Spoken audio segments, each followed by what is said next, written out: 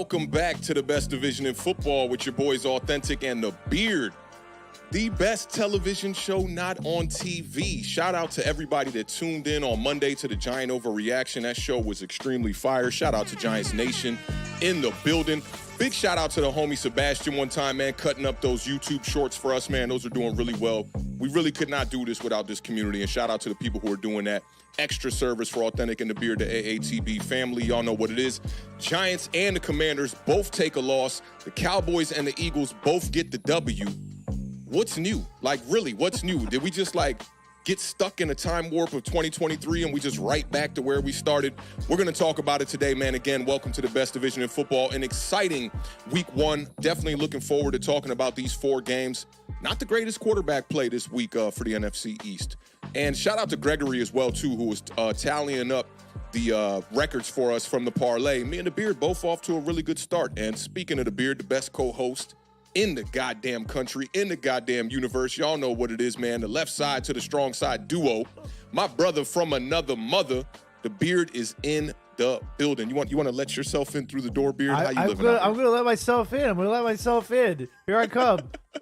I'm on my white man can't jump vibe tonight. You know what I'm saying? I see, man. You fresh. I'm digging it, bro. I'm digging it, man. Got the 90s vibes, the Gatorade. I see you, man. What's your favorite Gatorade flavor before we get started? All right, listen. Are we talking old school flavors or are we talking new school flavors? I'll let you set the parameters on everything. Okay, if we're going old school, I'm a classic. You know, give me the yellow Gatorade, the original OG Gatorade, right? If we're going new ones, I kind of like the Glacier, like the white flavor ones. I was gonna say, bro, that white Glacier is cracked for sure, man. How'd you enjoy the week one performances, not only in the NFC East but across the league?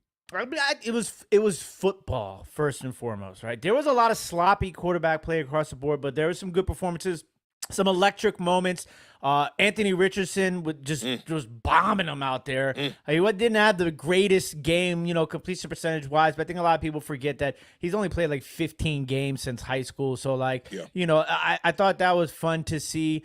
Derek Carr, Sam Darnold. These are some of the names that were leading, obviously, in the quarterback category. Baker Mayfield. So it was good to kind of see some of these guys get a little bit of shine.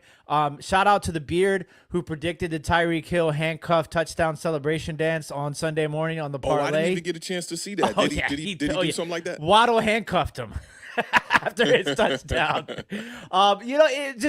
It looked a little sloppy, though, at times. You definitely could tell it was week one sloppiness going on across the league for the most part. There was some surprises. Joe Burrow, I told you guys on the parlay, every Sunday morning, 11 o'clock a.m. Eastern Standard Time, the Bengals, that was like 47% of the world's survivor pools ended in week one because all those people picked, the Bengals to beat the Patriots. So shout out to Jerod Mayo getting his first NFL victory as a head coach. It's a great way to start. It was wild. I've almost forgot what Twitter was like during the NFL season, during baseball season, basketball season. Basketball season is mostly, LeBron and his sort of conversation. And WNBA is Caitlin Clark, Angel Reese stuff. Baseball is kind of just all over the place, right? But football is a different time period on Twitter. And I think everybody just pumped the brakes a little bit. There's some things in week one that you're going to see that are going to be weak. Remember last year, Kansas City Chiefs lost to the Detroit Lions on the first game of the season. They went on to win the Super Bowl. So it's going to be okay for some of us. Some of us, this is what it's going to be like for the rest of the year. You know what I'm saying? So I'm excited to talk about these games that we had in the NFC East. I'm excited to talk about some of these numbers because I'm a nugget guy. I could eat a 20-piece nugget probably in like 5 minutes. So I'm ready to slow play my 20-piece nugget over the course of these next 4 games tonight. Some half bite nuggets. You're not taking the whole nugget. Yeah, I usually do I'm a 2-biter guy because I like to get the sweet and sour sauce. Yeah, I feel you. I'm more barbecue sauce. It's in the blood. You do barbecue sauce with your nuggets from McDonald's? Yeah, but I ain't gonna lie. McDonald's barbecue sauce is kind of trash. It's not it. Did you Yeah. try the mambo sauce when they had it at Loved it. McDonald's? Loved it. I Yo, I hated got it. like 5 packs of that, and I kept it in the drawer, and I would just dip whatever I was eating. Like, See, getting it cooked didn't from taste home, like I'm real dipping it in that. mambo. Loved it. I think it's better than the mambo sauce we got out here, bro. Like, Okay, Keith straight Lee. up. Yeah, man, but you ready to talk about these games one time? Yes, sir. All right, let's do it, man. I'm definitely looking forward to these. The Eagles took on the Packers earlier in the week on Friday. This was a game that the Beard deemed could be the NFC Championship preview, and I think it kind of lived up to it. A little bit of a lack of defense in this one, but let's talk about it. The Packers and the Eagles were playing in Brazil for this matchup.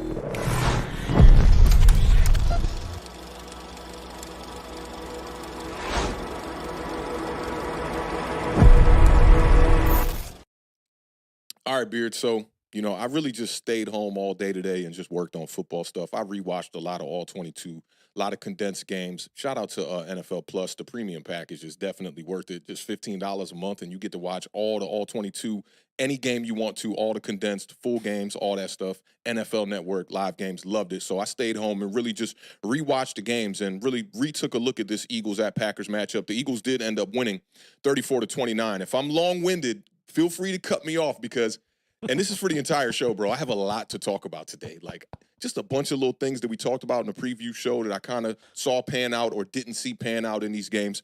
But the Eagles were down at the half 19-17. They outscored the Packers in the second half 17-10 to win by 5 points, 34-29. That's 2 in a row versus Green Bay for the Philadelphia Eagles. And the Eagles got off to a very interesting start in this game. It looked a little bit rusty. You saw the Friday overreactions on Twitter. Everybody kind of losing their mind, especially on Giants Twitter from what I saw. Cam Jurgens had that interesting snap where Jalen Hurts wasn't really looking and checking for the ball. They had an early fumble. Kellen Moore kind of trying to find his way with this offense and whatnot. Interception on the first drive on the third play for the Philadelphia Eagles. Jalen Hurts fumbled on the second drive. So you really start this off in a really tough position. The Eagles defense, though, they stood up early in this game, and to me, that was the difference in this game. They held the Packers to just 6 points on those first 2 turnovers, and right at that moment in time, when they scored the first field goal and the Eagles turned over the ball for the second time, I tweeted this out. I said, to be down 6-0 after the worst start to a football game that I've seen in a long time, the Eagles are extremely fortunate. If the Packers don't win tonight, we'll come back to the first quarter. If the Packers do win, it means they were a much better team than the Eagles tonight. That was not the case in this one. After the Eagles got the 2 turnovers, they scored a touchdown on 3 straight drives after that. And the Packers had plenty of opportunities in this game late. They were down 31-26. Jordan Love led them on a 10-play, 79-yard drive, but it ended in a field goal. And to me, that was another big difference maker in this game.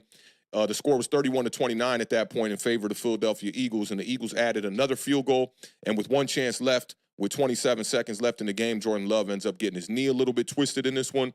And, it looked a lot worse on the field, the way that Jordan Love was down on the ground. That's what was scary, because it was, when they do the rolls and the punches and yes. It's like, oh, no, I immediately was like, oh, no, not Love, because he's a guy we all kind of, as the football fans, we want to see what he's going to do this year. Yeah, man. I mean, football on Sundays, YouTube on Mondays. I ain't trying to be playing both, on YouTube and whatnot. I got to be out here getting to the bag and whatnot. But it is good that there's 2 NFC East games that had a big injury shock like this one, and this was one of them.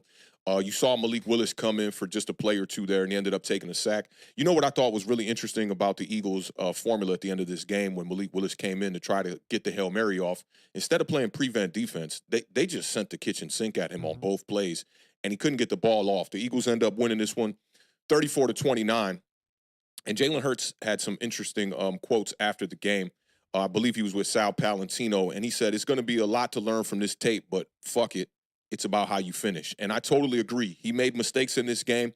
I thought both quarterbacks made mistakes in this game. The Eagles did lose the turnover battle 3-1. They had 2 interceptions, 1 fumble, all of that being on Jalen Hurts. But I think the biggest story of the Friday night game was Saquon Barkley, who looked like he was the best player on the field. Slipped on his first run. You saw Giants Twitter like, yay, getting all hype. I was just thinking, slow down here, pump the brakes. Saquon ended the day 24 carries for 109 yards, 3 total touchdowns. He had 4.5 yards per carry. Beautiful wheel route where he made a very athletic play to make that catch on the left side of the end zone right by the pylon. Could have had 4 touchdowns, but Nick Sirianni is just a damn weirdo. I don't know why he wants to just live and die on that tush push. Saquon got you down there to the goal line with like an 8-yard run. Just allow him to punch it in. I know you want to get your statistics for your quarterback and whatnot, but you said that this was going to be an NFC East championship preview. Do you think it lived up to the hype? Absolutely. I totally think it did. And I think both of these teams did good and did bad at adjusting throughout this game. And that was something that we kind of talked about too, about, the difference between there's adjustments from week to week, adjustments from quarter to quarter and half to half, but it's the series to series adjustments that are important. And I thought both of these teams did really good at that offensively and suffered at it defensively at different times throughout this game. Obviously, Saquon Barkley, I think most people knew out the gate, as soon as he signed with the Eagles, it was just like, damn, the rich get richer. Like, he's going to be behind that offensive line. He's not the main focus point of the offense. It's a perfect situation for Saquon Barkley, and he completely took advantage of it. And we saw the versatility that we saw in Saquon Barkley early in his career. Yeah. Especially the athleticism you mentioned on that catch. Then the throw on that was beautiful too. He put it where only Saquon could get it, which is super important. I think the undervalued, underrated guy of this game for the offensive side of the ball for Philadelphia Eagles was Devonta Smith. We be locked in, bro. We be locked in. Had that further down my notes because he was like the security blanket for Jalen Hurts when things were looking a little sketchy. He made play after play after play in the middle of the field, too. And a lot of people, I remember Devonta Smith coming out of college. Everybody's like, I don't know. The legs. He's so small. And da-da-da-da-da. If you look at the plays that he makes a lot of his catches in the middle of the field. Yeah. And Jalen Hurts is good at finding his receivers in the zone. I think that's something that not a lot of people talk about. And Devonta Smith was finding holes in the zone all night long.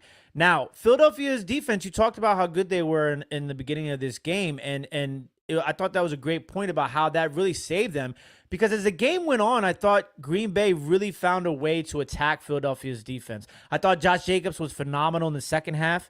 He was not found nowhere to run in the first half. My dog knows ball, y'all. My dog knows ball. So that was exciting for me to watch, because those were the two guys I was looking for as an RTDB type of guy. I wanted to see what Barkley and Jacobs did.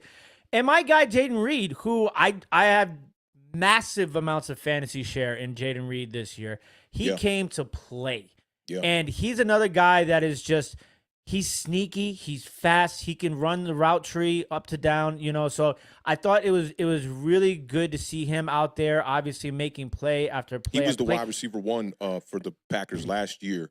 Didn't breach 1,000 yards, but he was damn close. And I think he's definitely their wide receiver one. In this game, had 138 yards on just 4 receptions, 6 targets, had the big touchdown. Yeah, Jaden Reed's a dog. You know how many? You know where that puts him in the NFL Week 1 for receiving yards? I would say I'm going to go second. Number one. I thought Tyreek Hill might have been there because I was playing against him and his fantasy points were just out of this world. Jameson Williams had a good game too. But defensively, Philadelphia gave up 414 yards. Mm-hmm. Okay. Both teams allowed over 400 in this one. The yards per play were crazy in this game. 6.8 and 7.8. Red zone, though, was where another big difference was. And, you talked about it by them holding the field goals. Green Bay was 1 of 4 in the red zone. Yeah, you can't win like if that. You're going to go a team like the Eagles. If you're going to go 1 of 4 in the red zone, Philadelphia had 6 red zone attempts. They were 3 for 6 in the red zone. 3 for 6, okay. And the penalties obviously killed Green Bay also. 10 penalties for 71 yards in this game. So, and you think about all those things that Green Bay did poorly, and they were in this game pretty much all the way in to the end when they ended up losing. But now it's going to be tough. You started this whole thing off by asking me, do I think it lived up to the hype? Absolutely. Do I think we're still going to get there? Excuse me. It's going to be a little bit tougher now for the Green Bay Packers. I'm assuming Jordan Love misses 3 weeks because they elected not to put him on IR. Mm-hmm. If they thought he was going to miss 4 weeks, they would have put him on IR. Right. That's the impression that I'm getting here. So they got three weeks of. I don't think they're going to bring anybody in. I think they're going to go with Malik Willis. They're going to have to rely on Josh Jacobs heavily moving forward, and some of the other young running backs they have in that backfield.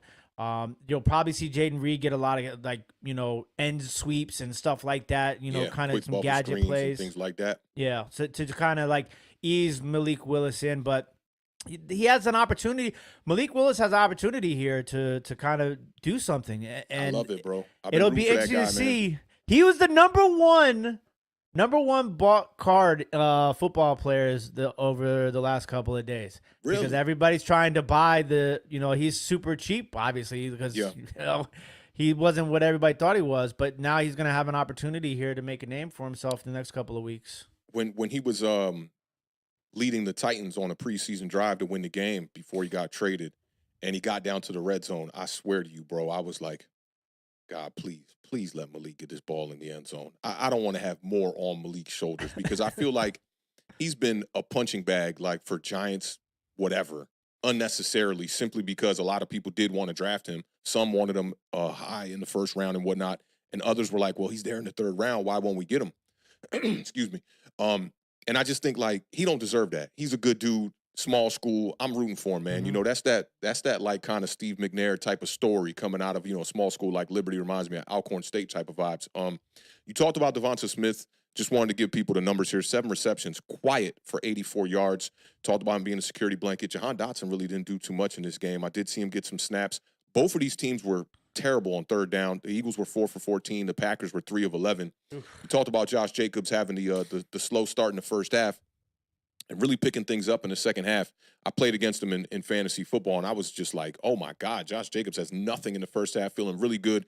He ended up, with 16 rushes for 84 yards and 5.3 yards per carry. So talked about both teams going over 400. Jalen Hurts is who I really want to talk about here. I focused on him in the preview show, talking about how his season last year, a lot of people looking at it as a major step back simply because of the turnovers, and he kind of picked up where he left off here. 3 turnovers in this game is definitely not good, but the numbers weren't too terrible. 20 of 34 for 278, 2 touchdowns, 2 interceptions. The QBR was pretty damn low at 38.8, but this is what I wanted to talk about. Now, we talked about how last year, Jalen Hurts was the most blitzed quarterback in the entire NFL, the second most blitzed quarterback in the NFL. 39% of his dropbacks, he was being blitzed. He was 30th in passer rating versus 6 or more rushers coming at the quarterback. We talked a little bit about this off air. His PFF grade in this game was at 84.9 when he was being pressured. His adjusted completion percentage under pressure was 100%. He was only pressured on 5 of those dropbacks. His passer rating while being blitzed was 151.6. His yards per attempt was 11.4. He was 6 of 8 for 91 yards. His pressure to sack percentage was 0%, and his ADOT was 6.4 yards. That's what you want to build on. You got to clean up the turnovers. He talked about that after the game with Sal Palantino. You got to clean that up. And he said that is something that as a team we are in control of, and we need to control that. And I totally agree with him on that. But as far as playing against the blitz and being under pressure, he looked like a different quarterback. And I got to credit a lot of that to Kellen Moore for preparing them, getting them ready. I saw a couple of plays where, they had more rushers coming at the quarterback than they had offensive linemen. And they adjusted and made the hot concept work for them. Quick throws, getting the ball out fast. Jalen Hurts was the kind of quarterback on that night that if it was not there, he wasn't trying to force it. And I thought the Packers did a really good job of containing him in the first half, especially keeping him in the pocket. And when they tried to flood him out of the pocket, he really didn't have anywhere to go. But what I respected from Jalen Hurts in this game was the ability to just throw the ball away and live to play another down. Now, Jordan Love in this game, he reminded me of what we saw in the beginning of last season. The first couple of months where he was kind of struggling. Remember I talked about him being in the pocket, and he has this like tendency to kind of like have this rhythm, which I think kind of throws off his accuracy a little bit. And I think we saw a little bit of that in this game. He was 17 of 34 for 260 yards, 2 touchdowns, 1 interception. His QBR was less than Jalen Hurts at 20.4. Both quarterbacks did a really good job of handling pressure and not taking too many sacks in this game. A total of 3 sacks, 2 of them on Jalen Hurts, 1 of them on Jordan Love. I really think that for guys who weren't playing in the preseason, this was kind of that, like, get the rust off. And, I heard people talking about this with Daniel Jones with the New York Giants, right?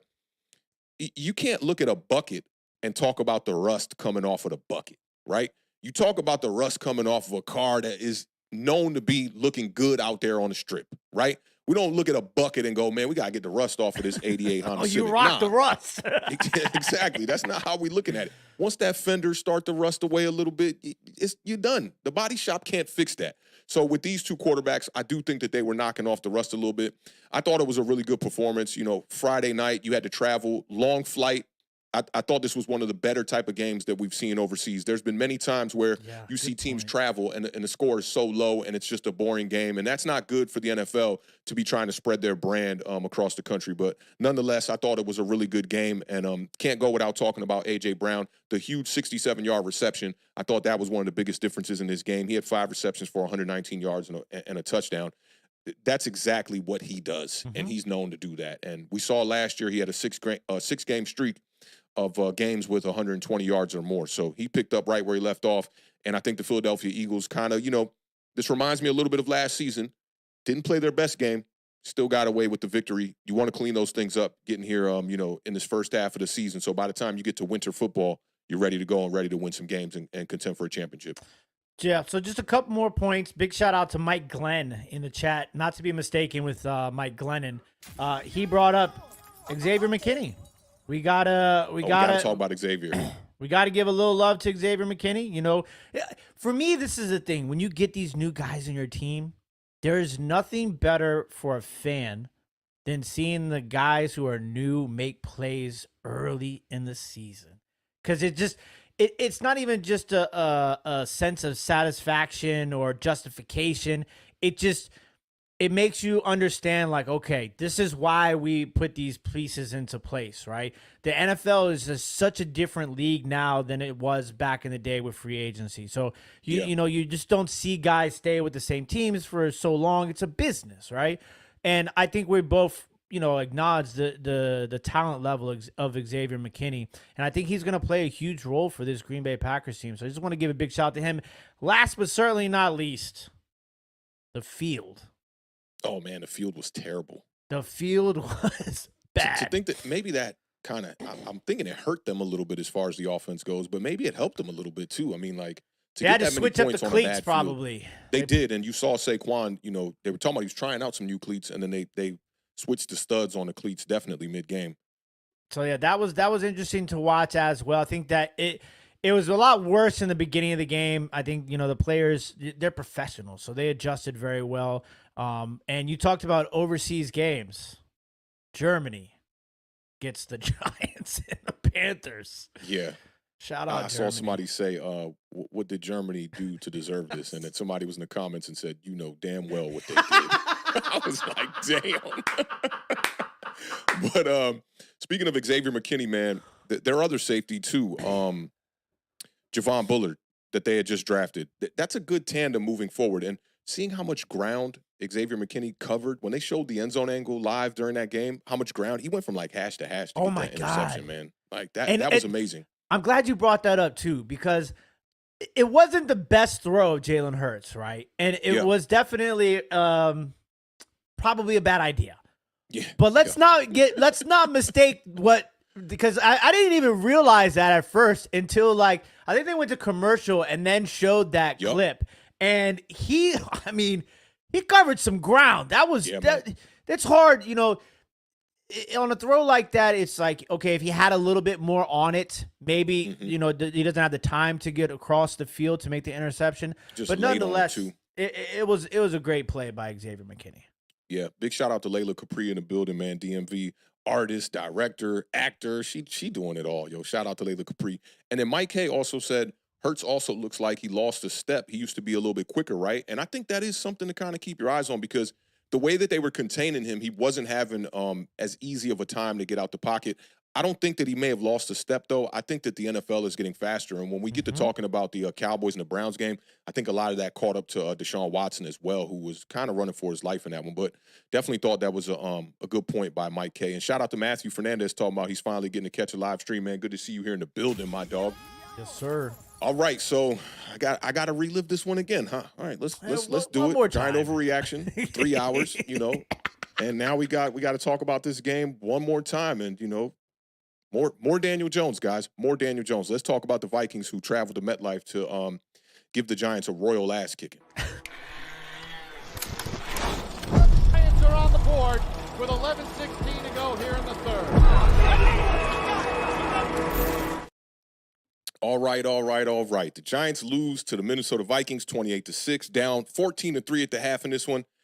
Shout out to Andrew Phillips. I think if anybody deserves a game ball on the defensive side of the ball outside of Dexter Lawrence, it will go to Andrew Phillips. Had the early forced fumble in this one. The Giants obviously do what they do and settled for a field goal, and you knew it was doomsday from that point on.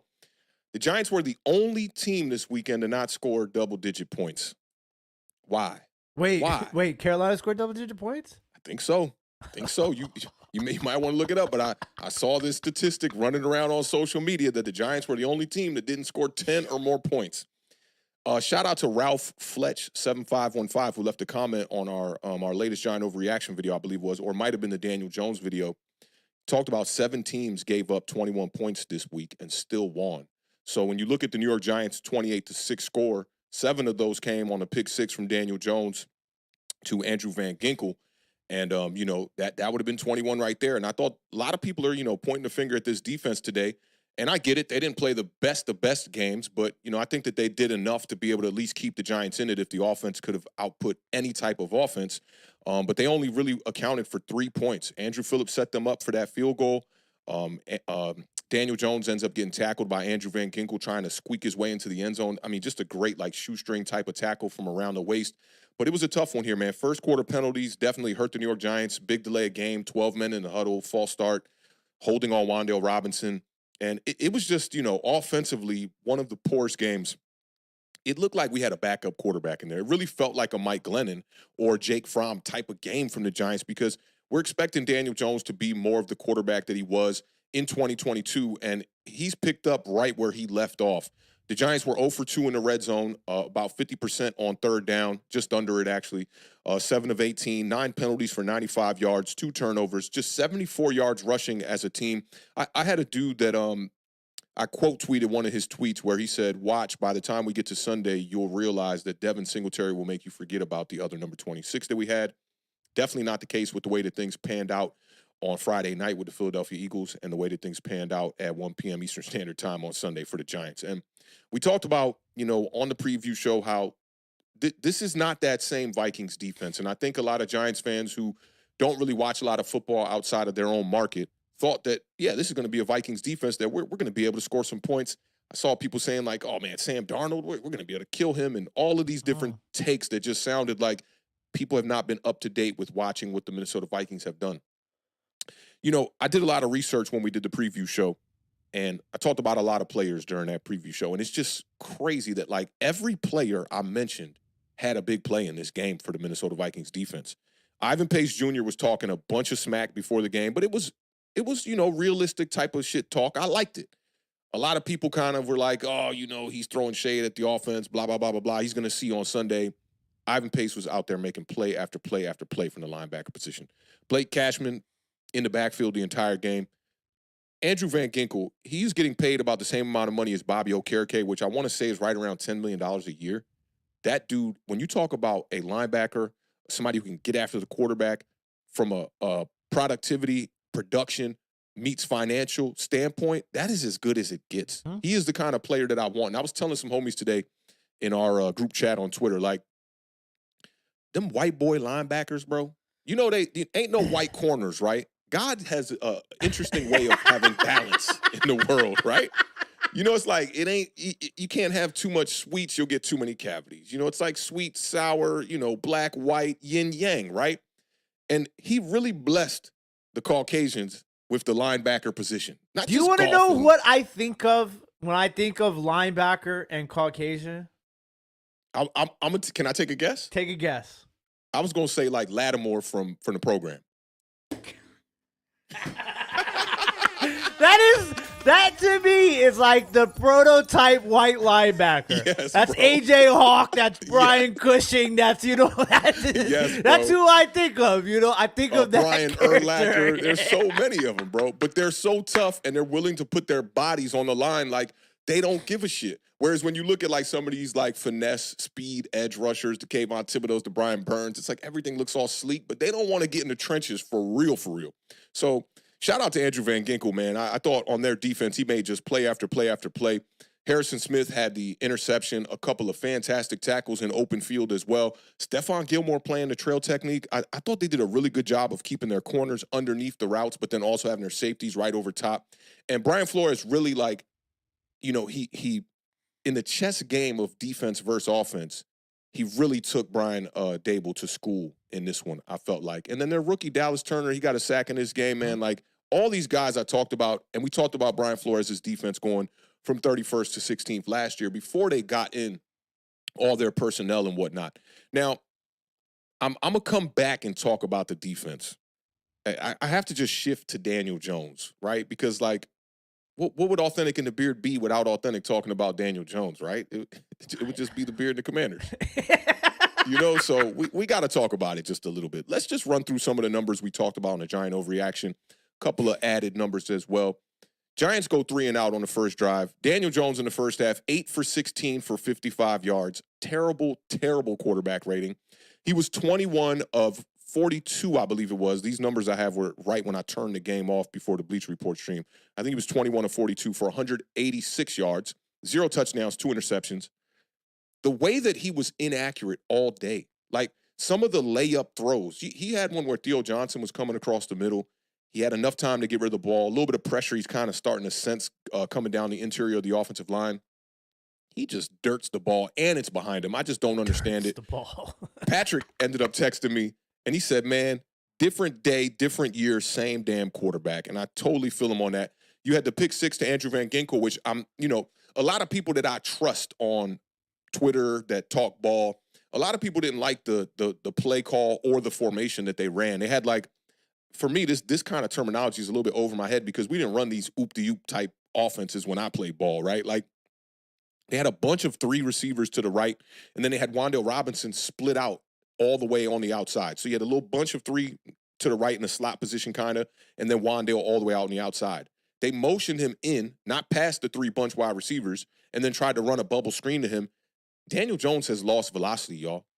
I think that the neck injury has definitely taken a toll on him because ever since that game in Miami where he got his neck crunched up by Andrew Van Ginkel, former Miami Dolphin, I just feel like his velocity on his throws is not the same.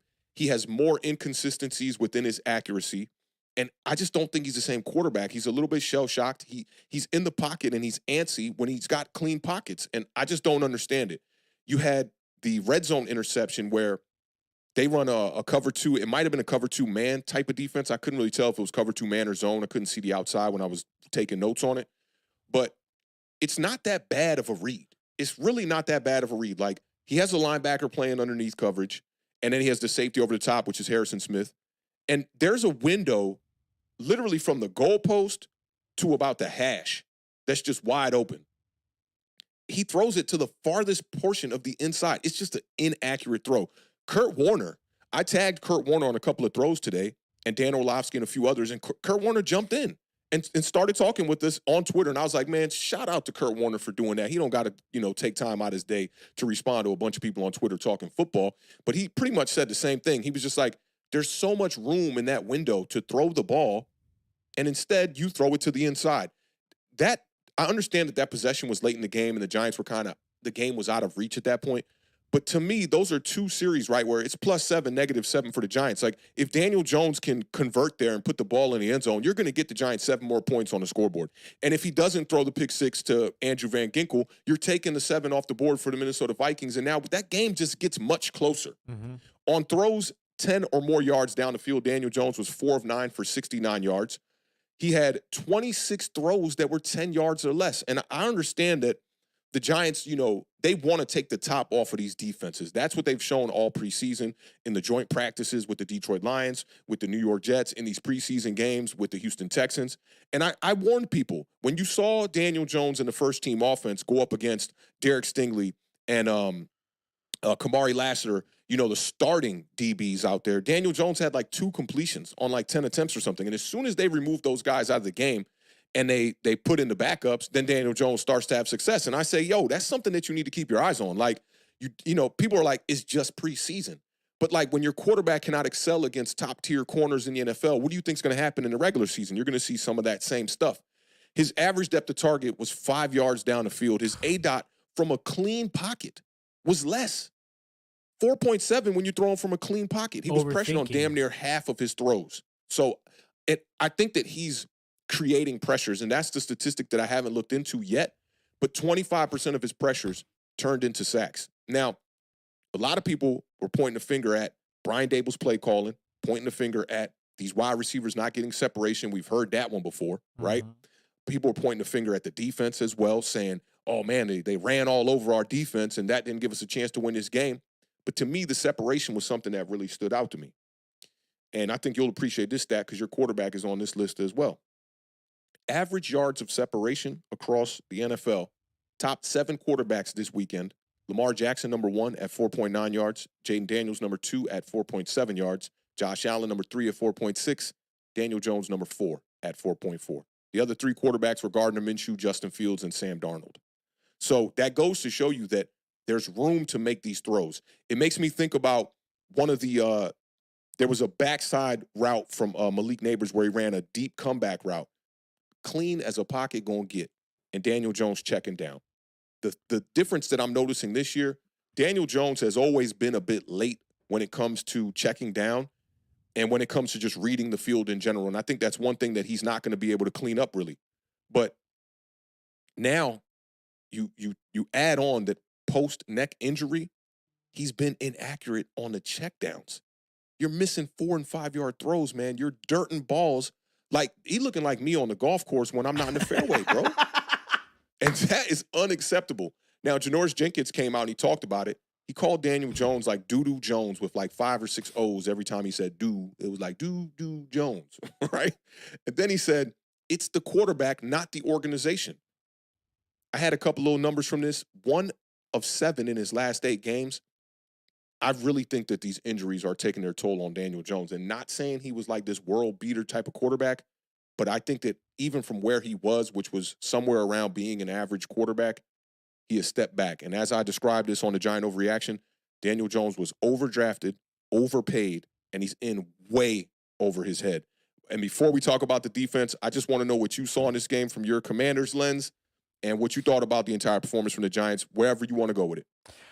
I thought that it was disappointing because it reminded me a lot of the team last year. The way the game started, they got the fumble. Like, you're like, okay, we're cooking. We're at home. All the OGs are here. And you failed to really capitalize on it. And I talked about this with the Commanders, right? When you're a team like the Commanders, like the Giants, and most of the season, the team on the other side that you're playing is going to be better than you, you can't make mistakes, and you have to capitalize on opportunities. The Giants failed to do both of those things in this game. And you talked about pointing the finger, right? You can point the finger in so many different places. Like that's why football is the greatest team sport in the world, right? Because it takes so many different pieces to come together for things to work the right way. And obviously, it's like a chessboard where some pieces are more important than other pieces. And the quarterback position is very important. And Daniel Jones cannot find a rhythm. You talked about this on the overreaction. Glad you're bringing that up. The Forrest Gump, analogy, right? Like, some people think that's, I feel like people don't really understand when we talk about stuff like that, right? It's not necessarily a look thing, right? It's not about how he looks like he doesn't look cool. It's a rhythm. It's a feel. Yeah. It's hard to describe. It's like when you're in the zone and you're firing on all cylinders, you just move a little different. It's like those movie scenes where like people kind of like see things in slow motion when everything is really going fast around them. And when a quarterback is on top of their game, that's how they're seeing the field.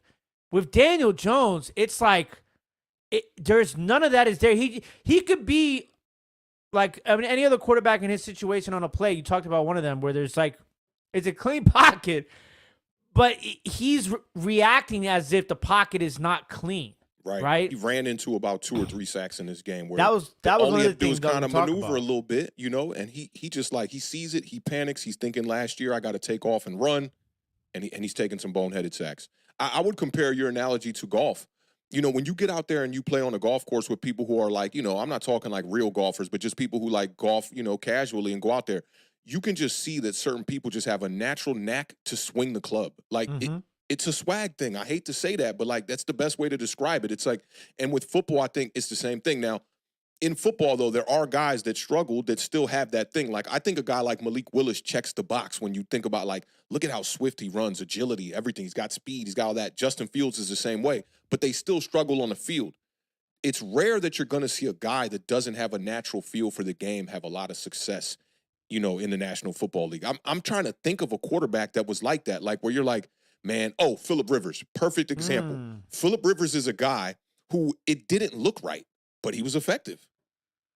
Ball coming out all sideways and stuff like that. But like, hey, man, it's accurate. It's working. We're not going to complain about it. And I think that's the best case scenario that you could hope for a guy like Daniel Jones. But it's just not working for him here in New York. And I honestly think that injury has definitely taken its toll. And Daniel Jones looks uninvested in football. He looks like, I don't want to say he looks like he doesn't care, but he looks like it's bothering him, man. It's like going to work is not fun for Daniel Jones anymore. You come out of that locker room an hour after the game and these fans are waiting for you out there to boo you and heckle you and telling you, give me $1 million and screaming at you and all this shit. It's not easy, but that's why they pay you to do it. But he just doesn't look like he's enjoying the game, and funny. I know winning will solve that. It's funny because, this game was against Sam Darnold. And I think a lot of people thought about that way about Sam Darnold towards the end of his tenure in the New York Jets organization. Yeah. And, Sam Darnold, he looked real comfortable. And a lot of that, I think you gave really good credit to the coaching staff, both offensively and defensively for the Minnesota Vikings, because their game plan felt like they knew what their weaknesses were, and they had a game plan to combat their own weaknesses. Yeah. Defensively especially. And I thought that they did a really good job with that. And I mean, the offensive line was bad for the New York Giants, and you talked about it, though. I didn't think it was bad. I didn't think it was bad. Okay, that's why it wasn't necessarily bad, right? But it wasn't good. And I guess we'll give some more credit to Minnesota then, because nobody had more quarterback pressures in the National Football League in Week 1 than the Minnesota Vikings. Minnesota Vikings had 15 quarterback pressures. How the pressures were created, because when I looked at the PFF grades at a glance, like it looked like everybody had a pretty decent game. The question marks would be at right guard, obviously, but like Jermaine Illuminor had a damn good game. Andrew Thomas, his PFF grade was like a 96 or something. So we're talking Daniel Jones stepping into these sacks. I mean, that's how I saw it. I didn't see, Giants fans are extremely used to like Evan Neal just like, hey man, go ahead, man. There's my quarterback. Go get him. And you didn't see that in this game. Daniel Jones didn't even look like he had any moments where it was like, as soon as he said hike, he had pressure in his face. Yeah, that was I'll very give you rare. that. There was not a lot of that. But JMS stepped up in this game and played pretty decent, I thought, as well. To me, a lot of it was Daniel Jones. And honestly, the pressure numbers, I want to cross-reference them with Pro Football Reference, because they look a little bit worse than what I saw. I watched the game 3 times already now. I watched it live, charted every throw from the quarterback position, which is on our YouTube if you want to check it out. Then I watched the condensed version, and then I watched the All-22 today. And, bro, watching the All-22 was just, like, so disheartening, man. Like, there are moments where Daniel Jones has opportunities. There's one point in this game where we got backed up on a holding penalty, and it was 2nd and 26, and you have Theo Johnson running like a little skinny post down the middle of the field, and, man, you could have got like a 15-yard chunk easy if you throw this ball in time. He pats the ball, kind of panics. Then he tries to dump it off to Wan'Dale Robinson. The ball's in the dirt. And I just think he was scared to take the intermediate stuff there. The Vikings did a really good job of running cover 2. We talked about them being the team that ran cover 2 the most out of any team in the NFL last season. And it's a mixed bag of a bunch of things. I think Brian Dable thought that Brian Flores was going to send more blitz, when in return, they really just stayed back, man. You saw a lot of times where they had 7 players in coverage and made things really tough when Brian Dable's running a lot of 12 personnel. I talked about this last year a ton, Beard, where I thought the Giants would run way more 12 personnel with Darren Waller and with Bellinger, and they just didn't do it last year. And it seems like the game plan this year was to run, at least week 1, to run a ton of 12 personnel. They ran that a lot. And if you look at the big play, the biggest play of the day that we got to Malik Neighbors, the 25-yarder where Malik, Yeah, he ran like a little. He got an inside release on Stephon Gilmore. They ran a clear out from the slot with Darius Slayton, and then Malik Neighbors ran a deep comeback. They ran that same play. I put it on Twitter today if y'all want to check it out. They ran that same play almost back to back. They ran it on first down. Then on second down, they tried to run a quick little. They ran Malik Neighbors in motion and tried to give him a bubble screen. It got hit in the backfield. He dropped the ball actually as well. And then they went right back to the same play, same formation and everything. Personnel identical, except they had Malik Neighbors on the opposite side to start, and the pre-snap motion was a little bit different. So you can tell that Brian Dable thought that Brian Flores was going to bring a lot more blitz, try to put a lot of pressure on Daniel Jones, force him to get the ball out quick, when instead he just kept everything in front, had his corners playing a lot of cover two-man, trail technique, and that really presented a lot of problems for Daniel Jones. There was no deep shot in this entire game. And no adjustment either based upon that defense that they were showing and the lack of blitzing. Like, I think so. I guess that to go all the way back to my first statement, it's like, there's a lot of blame to be going around. I mean, obviously in this situation with, if we're nitpicking a little bit, obviously if we're blaming everybody, but you blame Daniel Jones because he's the quarterback. That's what you do. You blame the quarterback when they play that bad, and everybody else around them isn't necessarily playing bad. It's funny how fans will blame the separation of the wide receivers and stuff like that, right? But all off season, this is the best set of weapons that Daniel Jones has ever had. We got Malik Neighbors. It doesn't matter what what happens. Neighbors will make plays happen, like that sort of situation. And it just kind of goes. The running back situation was interesting too. So only 10 carries for Singletary. What was the rest of the backfield? How many times did they? Tracy had a couple. Eric Gray had just 2 carries on the day. So under 20 total carries, I'd imagine. Running game wasn't working. Get down on the scoreboard like that, at 14-3 at the half, you can still run the ball. But then once the Vikings come out and they score on their second drive and whatnot, it's tough at that point. Now you're down, 3 scores. You got to find a way to get this ball in the end zone. And we were just outmatched in the coaching department. I will give Brian Flores his credit. And, these two coaches have history together in New England and whatnot. You can't forget that Bill Belichick texted Brian Flores and said, "Hey, man, congratulations on getting the New York Giants job." When Brian Dable actually got it, he texted the wrong Brian, right? So, I'm sure there was a little bit of spite there. Brian Flores was in the media already for the comments that Tua made on that podcast and whatnot, saying, pretty much Brian Flores was an asshole. But, to get back to the point you said where there was a lot of blame to go around, I think that each unit definitely had their issues, but there was no position group or position that really made it where the Giants had no chance except the quarterback position. 100% agree with that. I hate to do that, right? I don't want to pile on Daniel Jones, but I do like to be critical and assess the game the way that it should be. I can't go without talking about this defense. The defense in this game was terrible as well, but they still at least gave the Giants an opportunity to be able to stick in the game if the offense could have scored some points. We talked about the importance of getting pressure on Sam Darnold in this one, and they just could not get pressure on him outside of the first drive of the game. They also had trouble stopping the run. I've had my big question marks about Brian Burns and bringing him in. I know a lot of people are hype about Brian Burns, and I try to cater to the fan base at least a little bit. I understand that, you don't want to tune into somebody that, right when you make a splash signing or trade for a guy like Brian Burns. I hate it. Awthentik's man, I don't like that shit, man. I don't know about this guy. He can't stop the run, man. He's loopy on the outside, and he doesn't really have any inside moves, but that is just the fact of what it is. And I think in this game, it really showed up. But we talked about the Minnesota Vikings bringing back the exact same offensive line that they had last year, led by Darisaw, who is an excellent left tackle, and he was really taking care of business over there with Kayvon Thibodeau and Brian Burns. Now, I got to talk about some pass rush win rate percentages here because it was really bad. Dexter Lawrence, 50% pass rush win rate. That's a tongue twister. I got to really slow down when I say that. That's a Wookiee wide receiver one. It's a Wookiee wide receiver for sure. But that's what you expect out of Dexter Lawrence. He also had 6 pressures, 5 hurries, one quarterback sack. That's a good game. Really, that's what you're going to get out of him every time. Now, DJ Davidson, a guy who, really wasn't expected to do too much in this game, probably had the second best game of all the players on the defensive front. He had 2 pressures, 2 hurries, and he also had a pass rush win rate of 22%. But Kayvon and Brian Burns, both of them under 6% pass rush win rate. Burns had a 5.6% pass rush win rate, and Kayvon Thibodeau had a 5% pass rush win rate. Kayvon Thibodeau went the entire game. No tackle, man. and I talked about this on the overreaction. Couldn't even answer the question after the game either. Bro, we gonna get to that. But could you imagine, right? Like you playing middle linebacker for the Titans, right?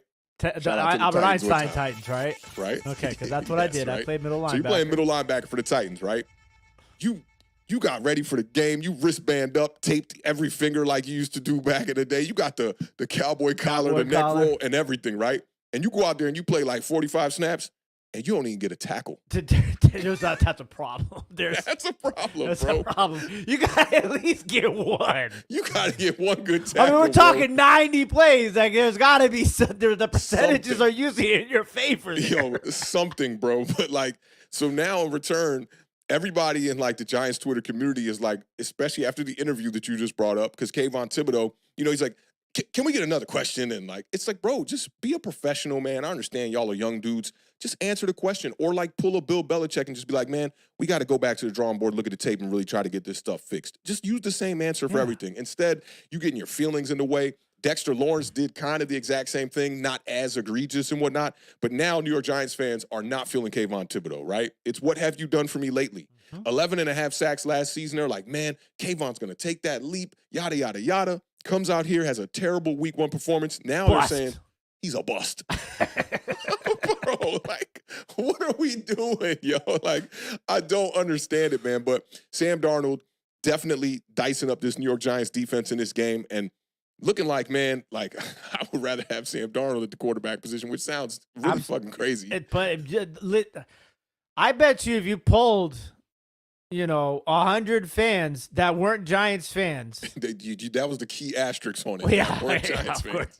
100% of them would take Sam Darnold over Daniel Jones. Yeah, and I think even before this game, that might have been a thing. In the first half, he went 10 for 10 without having an incompletion.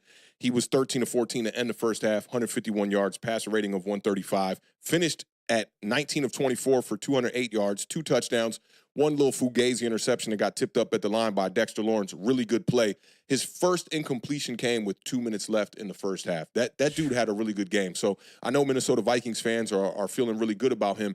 And let me tell you something that a Minnesota Vikings fan said to me in my mentions before we move on from this one. It was a girl who was talking to me about it, and she said the Minnesota Vikings did the right thing that the Giants should have done and didn't do, which was they cleaned house. Got rid of Danielle Hunter, allowed Kirk Cousins to go, moved on from different running backs that they had in the previous 2 years. Obviously, they're going to keep Justin Jefferson around and they drafted Jordan Addison, but they got rid of a ton of pieces. The middle linebacker for the Dallas Cowboys. Why am I forgetting his name now? Leighton Vander Esch? No, not Vander Esch. Vander Esch was drafted by them. Kendricks. He used to play for the Minnesota Vikings for like 9 years. Veteran, solid at the position. Howie Kendricks. Not Howie. I want to say it's I got notes on him when we get to the Cowboys game. I don't know why I can't remember his first name. But he was a decent linebacker for them. They parted ways with him as well. Instead, the Giants in 2022, which were a worse team on paper and record-wise than the Minnesota Vikings, but did end up beating them in the playoffs, decided, you know what? We feeling ourselves. We're going to run it back. Let's get Daniel Jones on this $40 million a year contract. Let's bring back Saquon Barkley on the franchise tag. They obviously gave contracts out to cornerstone pieces like Dexter Lawrence, Andrew Thomas, and Xavier McKinney was still in the picture at that time. They're looking at building upon what they did, whereas the Vikings, who had won 13 games that year, said, let's blow this shit up. And looks like they're in a better position, have a tougher schedule this year, but they come out week one and get the victory against the Giants, which, honestly, I was talking to the Beard about this off air. I expected it, but there's no way I was going to come up here week one like the Beard did for his squad and not pick the New York Giants to win the game. I think it's the only week for me to even be confident about my team this year. With you, maybe not the case. There were a couple of things in y'all game I thought that, give you guys a little bit of hope, but nonetheless, the Giants fall to 0-1. And looking at like a must-win game here in week 2 coming up, man. Well, Thursday is going to be fun.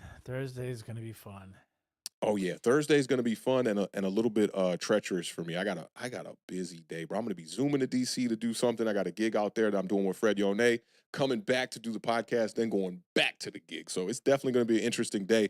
And week 2, make sure y'all pull up on Thursday night. We're going to be doing the preview show here at 7 p.m. Eastern Standard Time. Can we put the bubble wrap on this game? Anything else you want to talk about on this one? No, it's a wrap. I don't think there's much else we could say. Yeah, I'm glad to put that one behind me in the past here because that was a tough matchup here. Let's go ahead and talk about your team, man, the Washington Commanders that traveled down 95 to take on the Tampa Baker Buccaneers.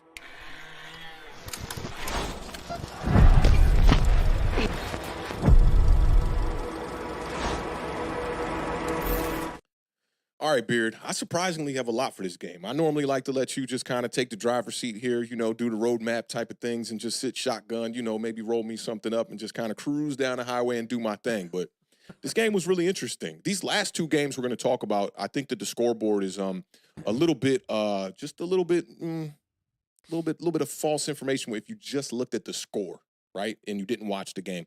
And I did watch this one condensed and then watch the all 22 on this one. The Bucs got out to a 3-0 lead early in this one. They do end up winning this game 37-20. The Commanders added a touchdown late to kind of make the score look a little bit more serviceable in this one. It was 37-14 with 4 minutes left in the game, and they scored that late touchdown there. Jaden Daniels got in the end zone after y'all got down to the goal line.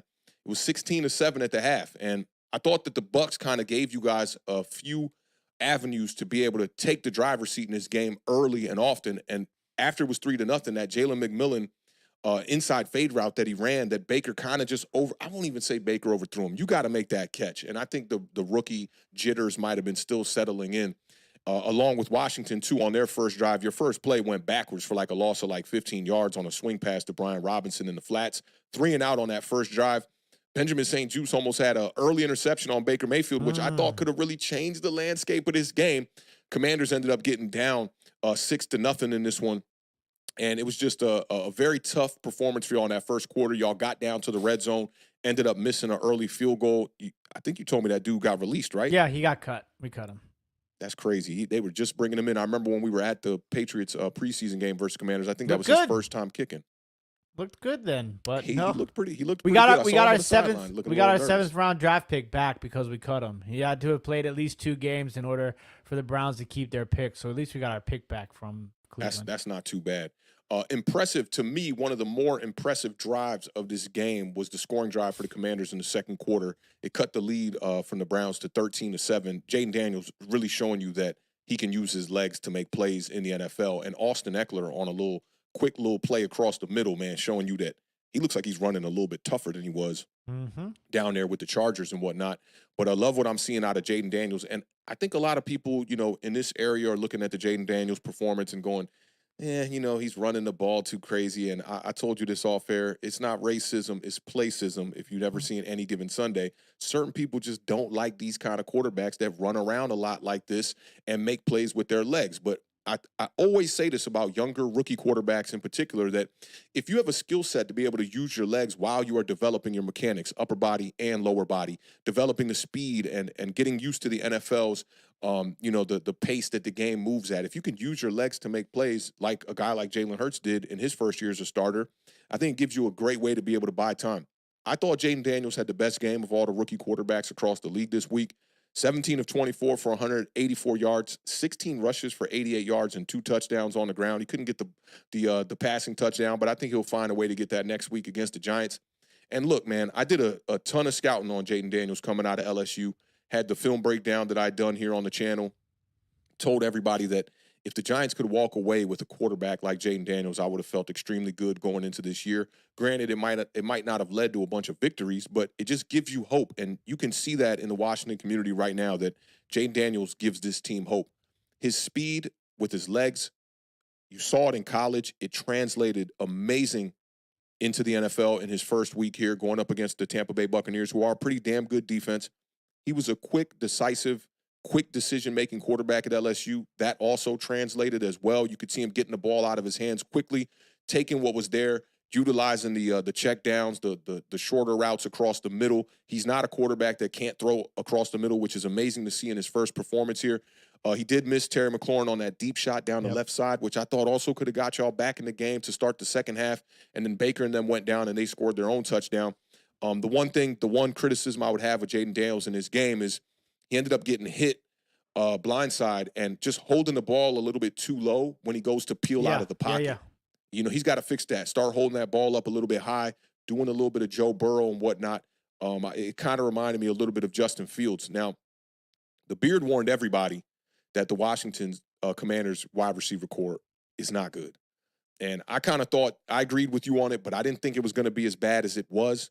Both of your leaders, as far as pass catchers go, were running backs, which is crazy. Austin Eckler, glorified wide receiver. I told y'all that man is not a running back. All right. He was the leader as far as receptions go and yards. He had 4 receptions for 52 yards, and then B-Rob was right behind him with 3 receptions for 49 yards. Got to find a way to get Terry McLaurin involved in this game. You know, I thought Cliff Kingsbury kind of neglected the run a little bit too much in this game, but getting down on the scoreboard definitely hurt y'all. Just 7 total receptions from wide receivers in this game. 3rd down, I'm going to talk about the defense, and then I'm going to give you the keys to do what you do here. 3rd down defense for the Commanders. I don't know what is going on over there because 1st and 2nd down, they look like a defense. I'm like, God, y'all are out here. I'll give you one nugget to roll this on. On 1st down, they held the Tampa Bay Buccaneers to 0 or negative yards 10 times on 1st down in this game. I mean, that's incredible. Do you know how many 1st down plays they had? I don't know the number off the top of my head, but that 10 already tells you though. That's most of them. That's definitely most. At least, I mean, you're talking at least 60% of the time.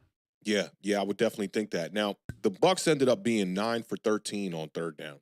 You can't win a game like that. And Emmanuel Forbes had the huge pass interference call where he was kind of looking at the refs like, what'd I do? And like you look at the replay, it's like, bro, you straight hooked him when he went up the field. It's kind of like a he got 2 penalties on that play, bro. Pass interference and a face mask. Both of them on you. Like, come on, bro. That kind of stuff can't happen. And he has had a very tough start to his career. But I just think that, like, you understand why they sat him on the bench last year. Yeah. He's just not ready to play right now. And I think you guys might want to try to address that position. You know, bring in some depth, bring in some competition, even if it's somebody that's not going to start. But Baker did have that huge 3rd down touchdown to Jalen McMillan in the 2nd half. Beautiful throw from Baker Mayfield, correcting his mistakes. And Baker Mayfield was really good. One of the better quarterbacks over the weekend, man. 24 of 30, 289 yards. Best quarterback, in my opinion, in this weekend. Yeah, I mean, he had a game. 4 touchdowns, no interceptions. It was definitely a day for Baker Mayfield. And we talked about this off air, and the beard kind of reminded me about this, that I think we both forgot it. So we can't say people, but people along with us forgot that this Tampa Baker Buccaneers team was damn good at the end of the year last year. They went in, took care of the Philadelphia Eagles in the playoffs. That game was not even close. They beat them like 30-something to 10 or something crazy like that. So I think that, you know, for a first outing for the Washington Commanders, new organization, rookie quarterback, new coach, new offensive coordinator, new defensive coordinator, rookie quarterback in the mix. You bringing in a bunch of new pieces. I thought it was a decent outing. Just got down a little bit too early in this game, and in return, it made you guys neglect the run in this one. Commanders did rush for 138 yards as a team, which looks pretty good on the box score. 88 of those yards came from the quarterback. Yeah. So it was about what I expected. I told everybody, offensive line, question marks. Secondary, question marks. Wide receiver, question marks. I don't know what people expected out of this team. And this was the first time everybody played together because you didn't see a lot of Luvu and Wagner in the preseason. Right. You know, so it was what I expected. I thought Jaden Daniels looked great. He missed a couple of plays. The first play of the game, obviously, the fumble because it was a backwards pass. You know, that put us back 14, 15 yards on the first play. I thought that was on B-Rob too. First play of the game, and then he missed the one to Terry down the sideline. Those were the two that really stood out to me. But to me, it doesn't look like I saw a lot of people saying that he took the ball down too quickly, and he took off running too quickly. And I think a lot of that is people who just don't like to see that style of play. To me, it looked like the game was not too fast for him. Yeah, absolutely. And I thought that he does not get rattled. He is very just in his bag when it comes to the game. And I thought that was really good. Some numbers, it gets a little crazy. I saw people complaining about the coaching, defensively and offensively. Somebody was like, this defense is soft. They're not blitzing and they need to bring more pressure. I don't know what's going on here. Tampa Bay and Washington had the the number 2 and number 3 highest blitz percentages in the NFL this week. Damn. Tampa Bay blitzed Washington on 42.4% of the dropbacks. That's a lot. Washington blitzed Tampa Bay on 41.2% of Baker Mayfield's dropbacks. Okay. Now, But people defensively, want more blitz. yeah, defensively, there was some. It was so easy to look at all the bad things, right? Because there was a lot of bad things.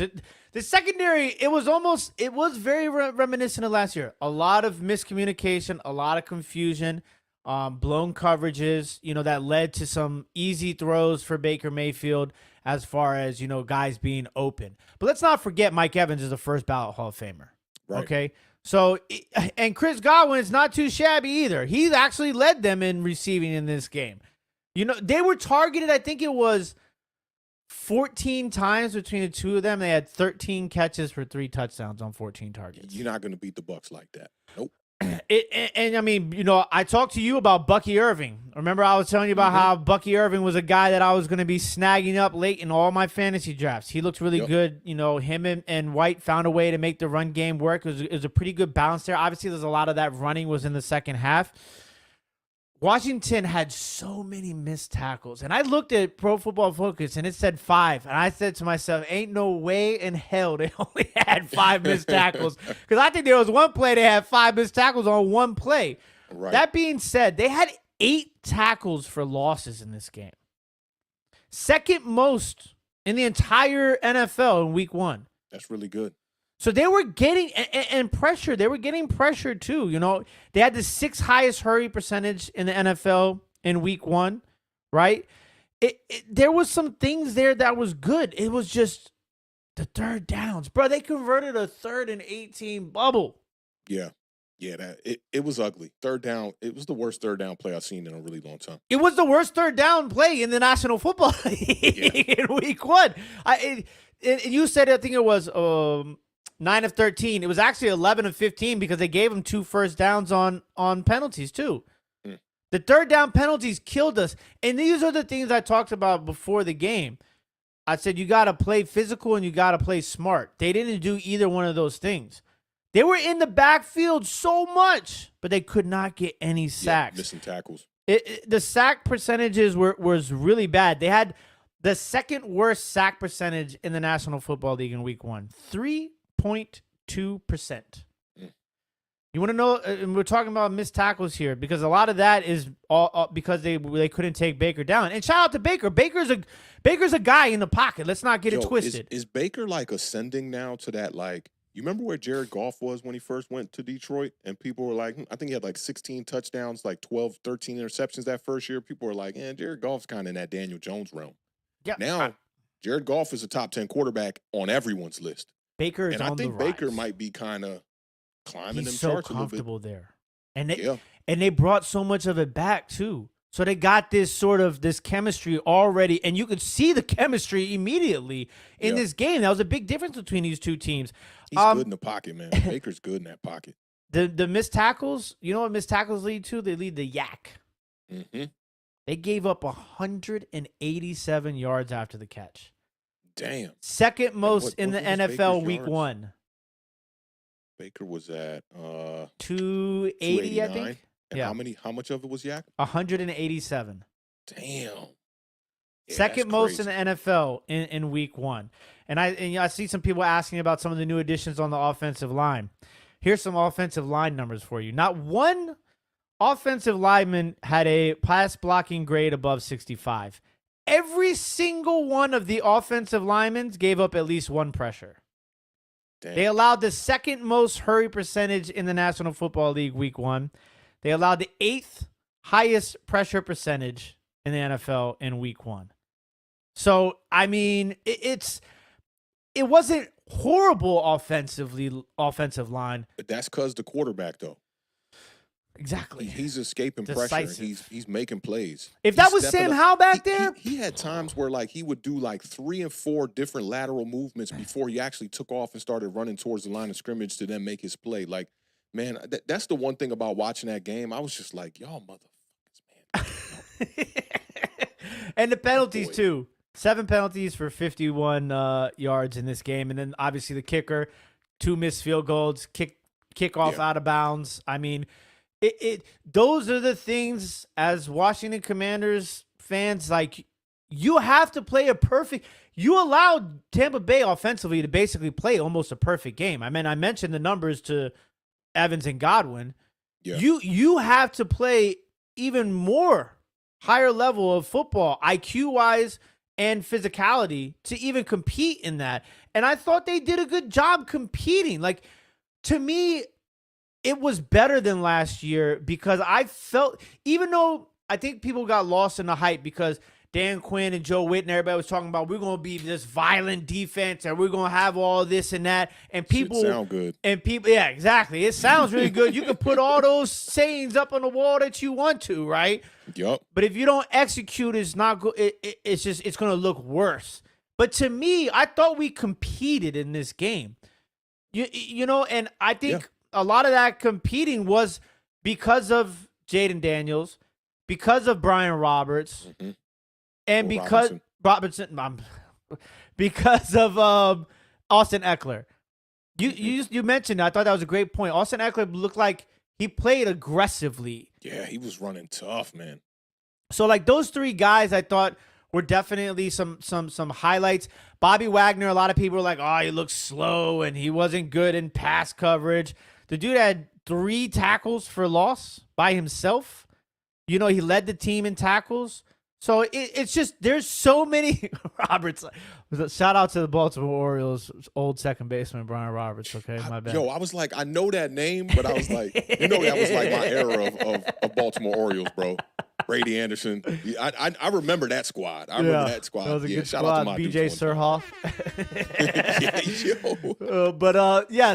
So for me, Throwback. it wasn't as bad. I mean, the reaction from Commanders fans was just all over the place. Like, they were like, I saw people like, fire everybody, and I'm just like, bro, we just brought him in, my guy. Like, and I thought Cliff Kingsbury did a pretty good job. People were upset that there wasn't more creativity. I mean, like, y'all want my boy to get killed. The comments that be running around on social media be so generic. Oh, yeah. I want more creativity. More blitzing. More blitzing. I mean, bro, how much more blitzing do you want? They damn near blitz 50% of the dropbacks. I know, right? Like, it doesn't make any sense, man. Definitely doesn't make any sense. I was impressed with Jaden Daniels. I almost said Jaden Williams. Jaden Daniels, right? I was impressed. All these, like, 2000, like, late 90s babies, Jaden is a popular name. Like, there's a bunch of these kids coming out named Jaden. Jaden spelled all different. And it's there's all different types of ways to spell names these days. I love it. Yeah. But I think that there's a lot to be happy about as far as building blocks go. Because for me, I say this over and over again, this was what I expected. Yeah. I don't know what anybody else would expect. And we had rookies starting in the secondary. You know, and I think you're going to see a lot of changes now. Next week, you'll see a lot of changes. I think you'll see Coleman in at left tackle. I think they'll probably move Cornelius Lucas to the bench. It'll be interesting to see what happens at wide receiver 2.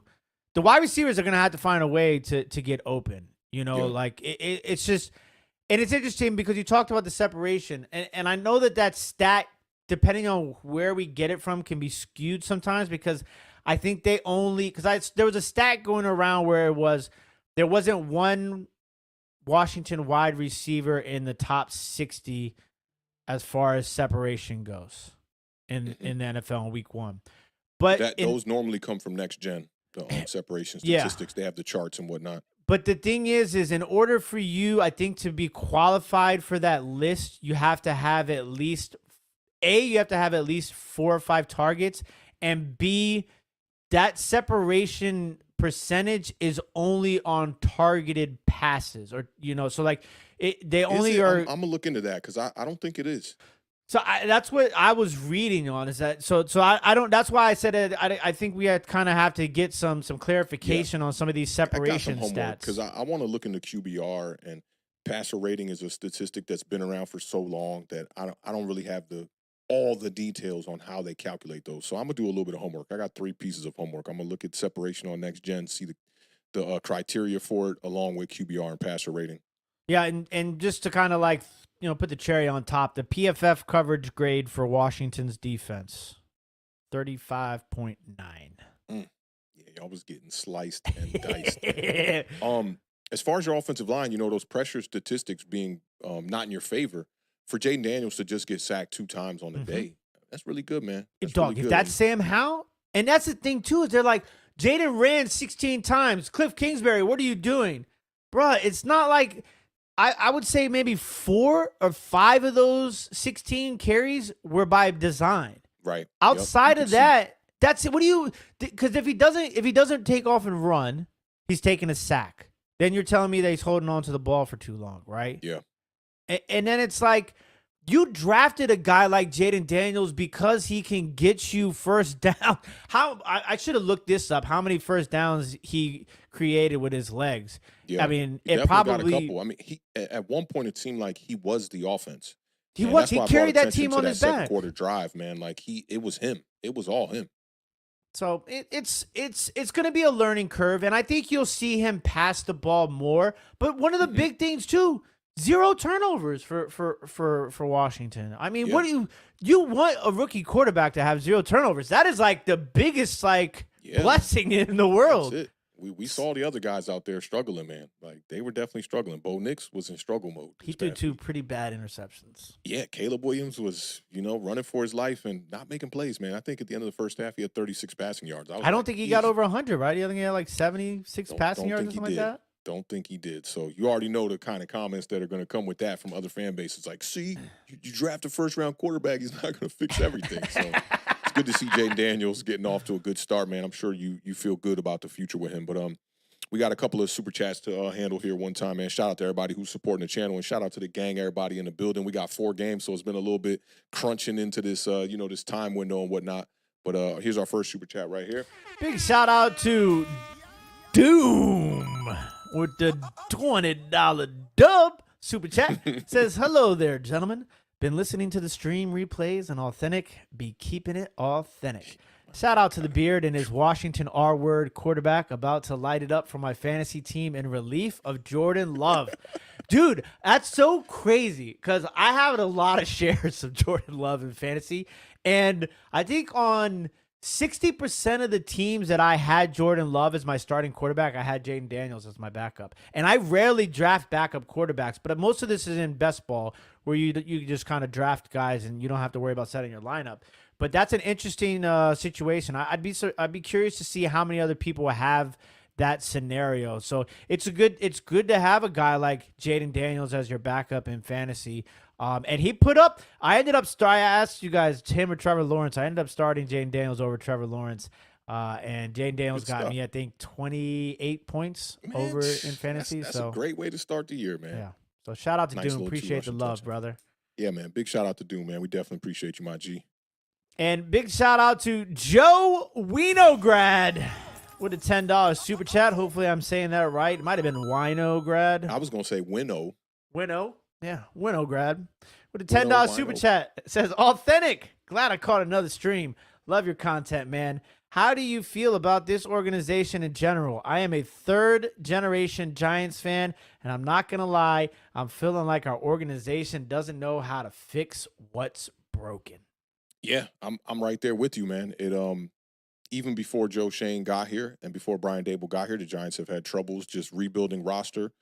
Drafting and developing has definitely been a major issue. And, Joe Shane has piled on top of that, not adding in really great players through the draft. 17 draft picks in the first 2 drafts, and we really got nothing to really show from that besides Kayvon Thibodeau, which is, not that much, to be honest. A lot of these guys are injured. Some of these guys getting released. It's tough right now for the New York Giants. And I've, like the Beard was talking about, like, this is what I expected. Same thing for me with the Giants. Like, I came into this year, and I don't have high hopes this year. I think that this is going to be probably a 6-win team. And if they breach that expectation, that'll be great. If they're underneath that expectation, that wouldn't surprise me either. I mean, the Giants are looking like right now one of the worst teams in football and could probably only win maybe 3 to 4 games this year. But we'll see, man. We just got to hope that, we got to put our trust, which is terrible, in John Mara, hoping that he can make the right decision here, because I think that after year 3 is finished for Joe Shane, you got to, go to the drawing table and figure out, hey, are these the guys moving forward? There are question marks within the coaching staff, the chemistry between Brian Dable and the rest of his staff as well. And, that in return had Wink Martindale leave the NFL and go coach at Michigan and whatnot. And it's just been tough, man. The last couple of years have not been great for us outside of that playoff victory in 2022. So I'm right there with you, man. 41 years old, been watching this team for a long time. And this feels like the worst era of Giants football that I can remember. A lot of people were talking about Dave Brown and that era with him and Kent Graham, and I don't remember that era being as bad. At least we looked good. We had some nice uniforms when we were getting our ass kicked in the middle of the 90s back then. Coming out against the Minnesota Vikings in that puke-colored pants. Phil, I think it was Boomer. Your reaction to the uniforms on the Giant reaction. Right out the gate, you were like, I'm just... when I first saw the top, I was like, they not too bad. And the helmet I thought was pretty dope when they showed the pictures when they released them. But when I saw them on the field, bro, they did not look good. And Boomer Esiason, he said that he thought that the Giants were wearing like John Stockton shorts and the pants were like the skin. Like he thought the jersey hanging down was the shorts. And like it just optically not a good look. And obviously on the field, not a good look. So I'm with you, bro. I'm with you, Joe. We appreciate you supporting the channel, my guy. Just hang in there. We here for you, bro. We here for you. Yeah, and, join Awthentik on those Monday therapy sessions. Oh, them therapy. Yeah, on Bleacher Report, they didn't know the vibes really after a big loss like that, and a bunch of them were in the chat like, man, this is like really good therapy right now. This feels like I'm going to my therapist and whatnot. And that's how the Giant overreactions be when we take that L. I'm here for you. I'm here for you. Big shout out to I'm thinking this might not say doom. I think it might say like instead of bomb, like Dom. But it's two O's. Maybe Doom. it's Doom B. Doom B. We're gonna go with Doom B. Doom B sounds like like an underground 2000s rapper, right? Doom B. Doom B with a $9.99 super chat. Says waiver wire question. Would you put in a claim for Likely and drop Hawkinson? My current starting tight end is Pitts. One tight end, no flex league. I'm surprised Likely is still out. Yeah, I'm surprised Likely is still on your waiver wire. This is the thing. I'm a big Kyle Pitts guy, and he's let me down ever since he's been in the league. Let's just be honest. He caught a touchdown week 1. Kirk Cousins looked like not good. Does not look fully healthy, if you want my honest opinion. This is tough. Now, do you have an injured reserve slot on your roster? If you have an IR slot on your roster, I would put Hawkinson in your IR slot and then pick up, I put in a claim for Likely. Depending on your waiver wire order, you might get him, you might not. But if you have an IR slot, put Hawkinson in him. That's what I did. I put Hawkinson on like 3 or 4 teams. Hawkinson and Chubb I have in my IR slots. It allows you to pick up another guy on the waiver wire. Yeah, I totally agree. Oh, it says no IR spot. If no IR, there's no way I'm dropping TJ Hawkinson. No way. Because I think later on in the year, he's going to pay dividends for you. So I would just hold tight. But I would consider bringing in Isaiah Likely over Kyle Pitts. I would consider that. Yeah, this is the thing. This is what's so tough about waiver wire week 1. You don't want to waste the claim. You don't want to waste a claim. You don't want to drop a Tank Dell. You know what I'm saying, Awthentik? And then it's like, what happens if next week Mark Andrews goes 9 for 110 and a touchdown and Likely goes 3 catches for 13 yards? But assessing the way that the Ravens offense moved, Isaiah Likely was their number 1 pass catcher in that first game. And it just seems like he has a role, even with Mark Andrews getting snaps, a little bit of 12 personnel. So I think you're good if you just hold tight, but I wouldn't consider Hawkinson to make the move. I would consider Pitts before I consider Hawkinson. Good choice. And we got this last one from Kyle Metcalf one time. Big shout out to Kyle with the $5 super chat. Says, hey guys, sorry I'm late to the party. Glad to have you both back during the season. Go boys. How about them Cowboys? Great transition, Kyle. Is Kyle representing them Cowboys right now? Yeah, that's what them boys are. That looks like a Cowboys fan right there. I thought he would have said, how about them Cowboys? But yeah, I feel you, man. I feel you. I'm looking forward to talking about that game, man. It's funny. I'm really excited to talk a little bit about Deshaun Watson, Dak Prescott's performance and whatnot. So, I mean, why don't we just go and get right to it, man? And let's talk about these Dallas Cowboys that traveled to Cleveland to take on the Browns. I really thought the home team was going to be the one that was going to put out a better performance in this game, and I was completely wrong. Who did you pick in this game?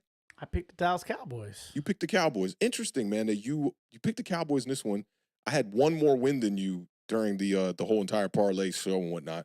It's interesting, though, as the NFC East goes, you were definitely better than me in the NFC East. But let's talk about these Dallas Cowboys, man. Traveled to Cleveland to take on them Browns one time.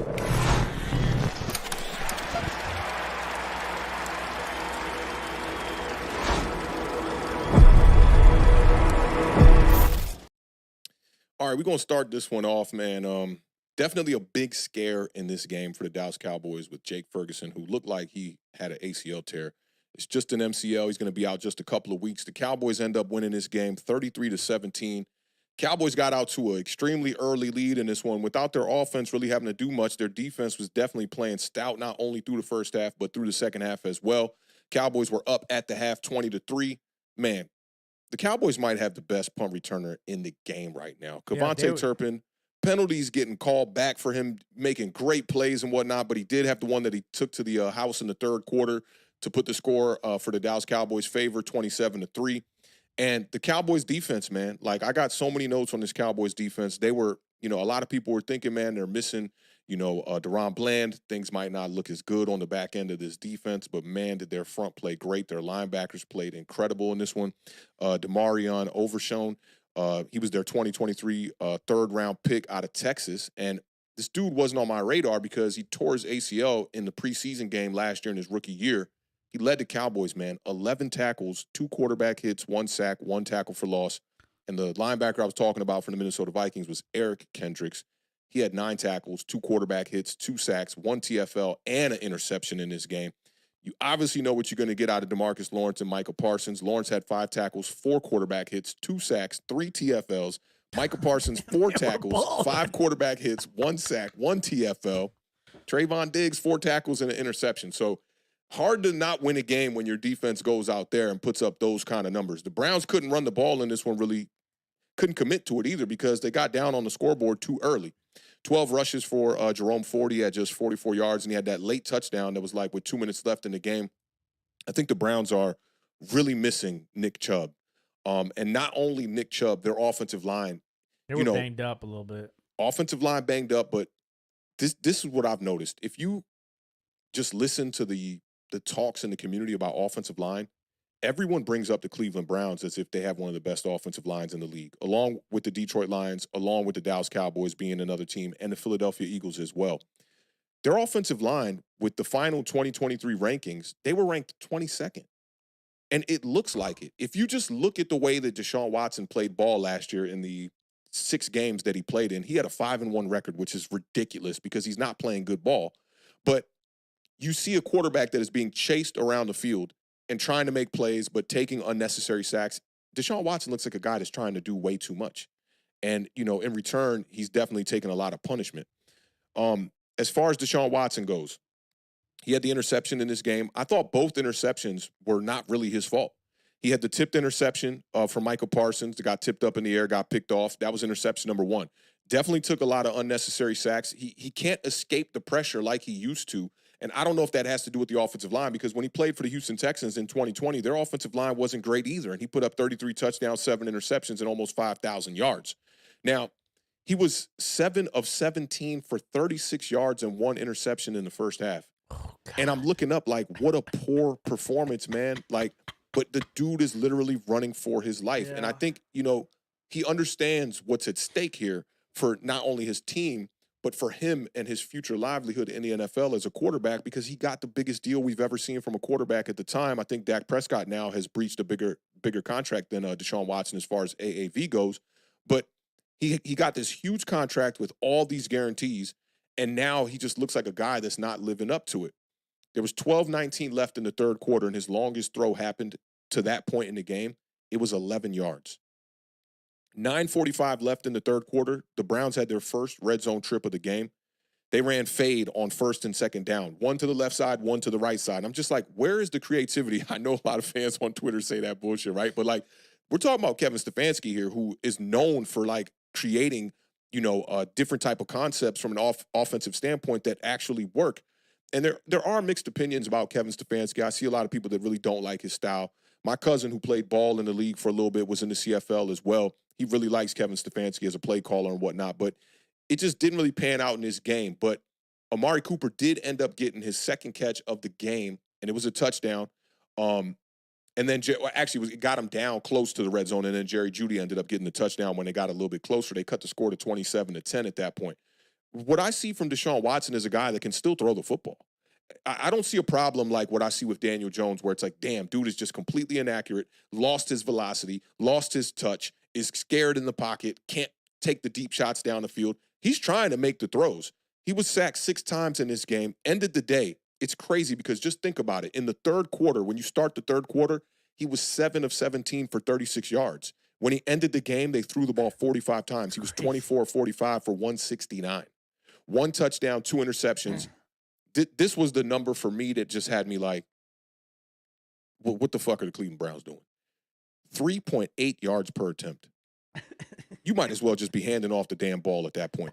His QBR, bro, and this is why when you were talking about the next-gen stat stuff, I was like, man, I got to dig into this QBR shit because his QBR was 9.3. It was a tough day. It was a tough day in the office. It was a tough day. When you were reading off the individual stat lines for the Cowboys, I'm like, damn, each one of them had a better defensive statistic line than most teams in the league on Sunday. Bro. Yes, bro. And, those numbers on the defense really show why he really struggled in this game. Now, time to throw for Deshaun Watson in this game. Under pressure, he's creating a lot of time. 4.12 seconds to throw the ball when he's under pressure. With a clean pocket, 2.3 seconds, which would have that's as fast as you can get rid of the ball in the NFL. So to me, it's not a thing of like, hey, he's not seeing the reads and he's not making the throws. It's the pressure that is being applied, at least in this game. We could look back at last season and dig into numbers that probably show that Deshaun Watson has not been that great of a quarterback. I think it was 7 touchdowns, 6 interceptions, and just like around 1,000 yards in the 6 games that he played in. But he had just 1 turnover-worthy play in the entire game. See, I am so puzzled right now because Right? you're like it's not like I didn't watch every single play live, right? But I watched a good portion of the game, and it's not like I didn't see the bad play, right? But I didn't see the good play. And then I'm looking at the stat line, and I'm like, God, that's pretty bad. And then like I listened to some of the points that you're making, and I'm like, now I'm confused because the stat line was horrible. It was horrible. And I didn't watch the game live. I think that the Cowboys played either at 4 or they were playing during the Giants game. They played at 4. So like I had the Commanders on the big screen, and then I had Red Zone and Cowboys on, and I had to go back and watch both those games because I watched the second half live, but I had to go to Bleacher Report right after the Giants game to do the recap, so I couldn't watch during that first quarter. I did like an hour-and-a-half stream. And I was like, I'm really curious as to what is wrong with Deshaun Watson because you don't go from being like just think about any other quarterback that was good, right? That age great. Great. Yeah, let's go with great, right? Dude was great. That you're that great and age isn't the reason why you decline, nor injury. Is there any quarterback that has happened to? Because he had an injury. He had the shoulder injury. The last year in Houston before they benched him. Here's when he had the shoulder injury. Yeah, but he also had an injury, I think, the last year. Not 2020. That man, that's when he put up 5,000 yards. But I thought he was hurt the end of the season of that season, going into the next year when he was suspended. Or he wasn't suspended, but he was on the sideline. I didn't play him during the investigation.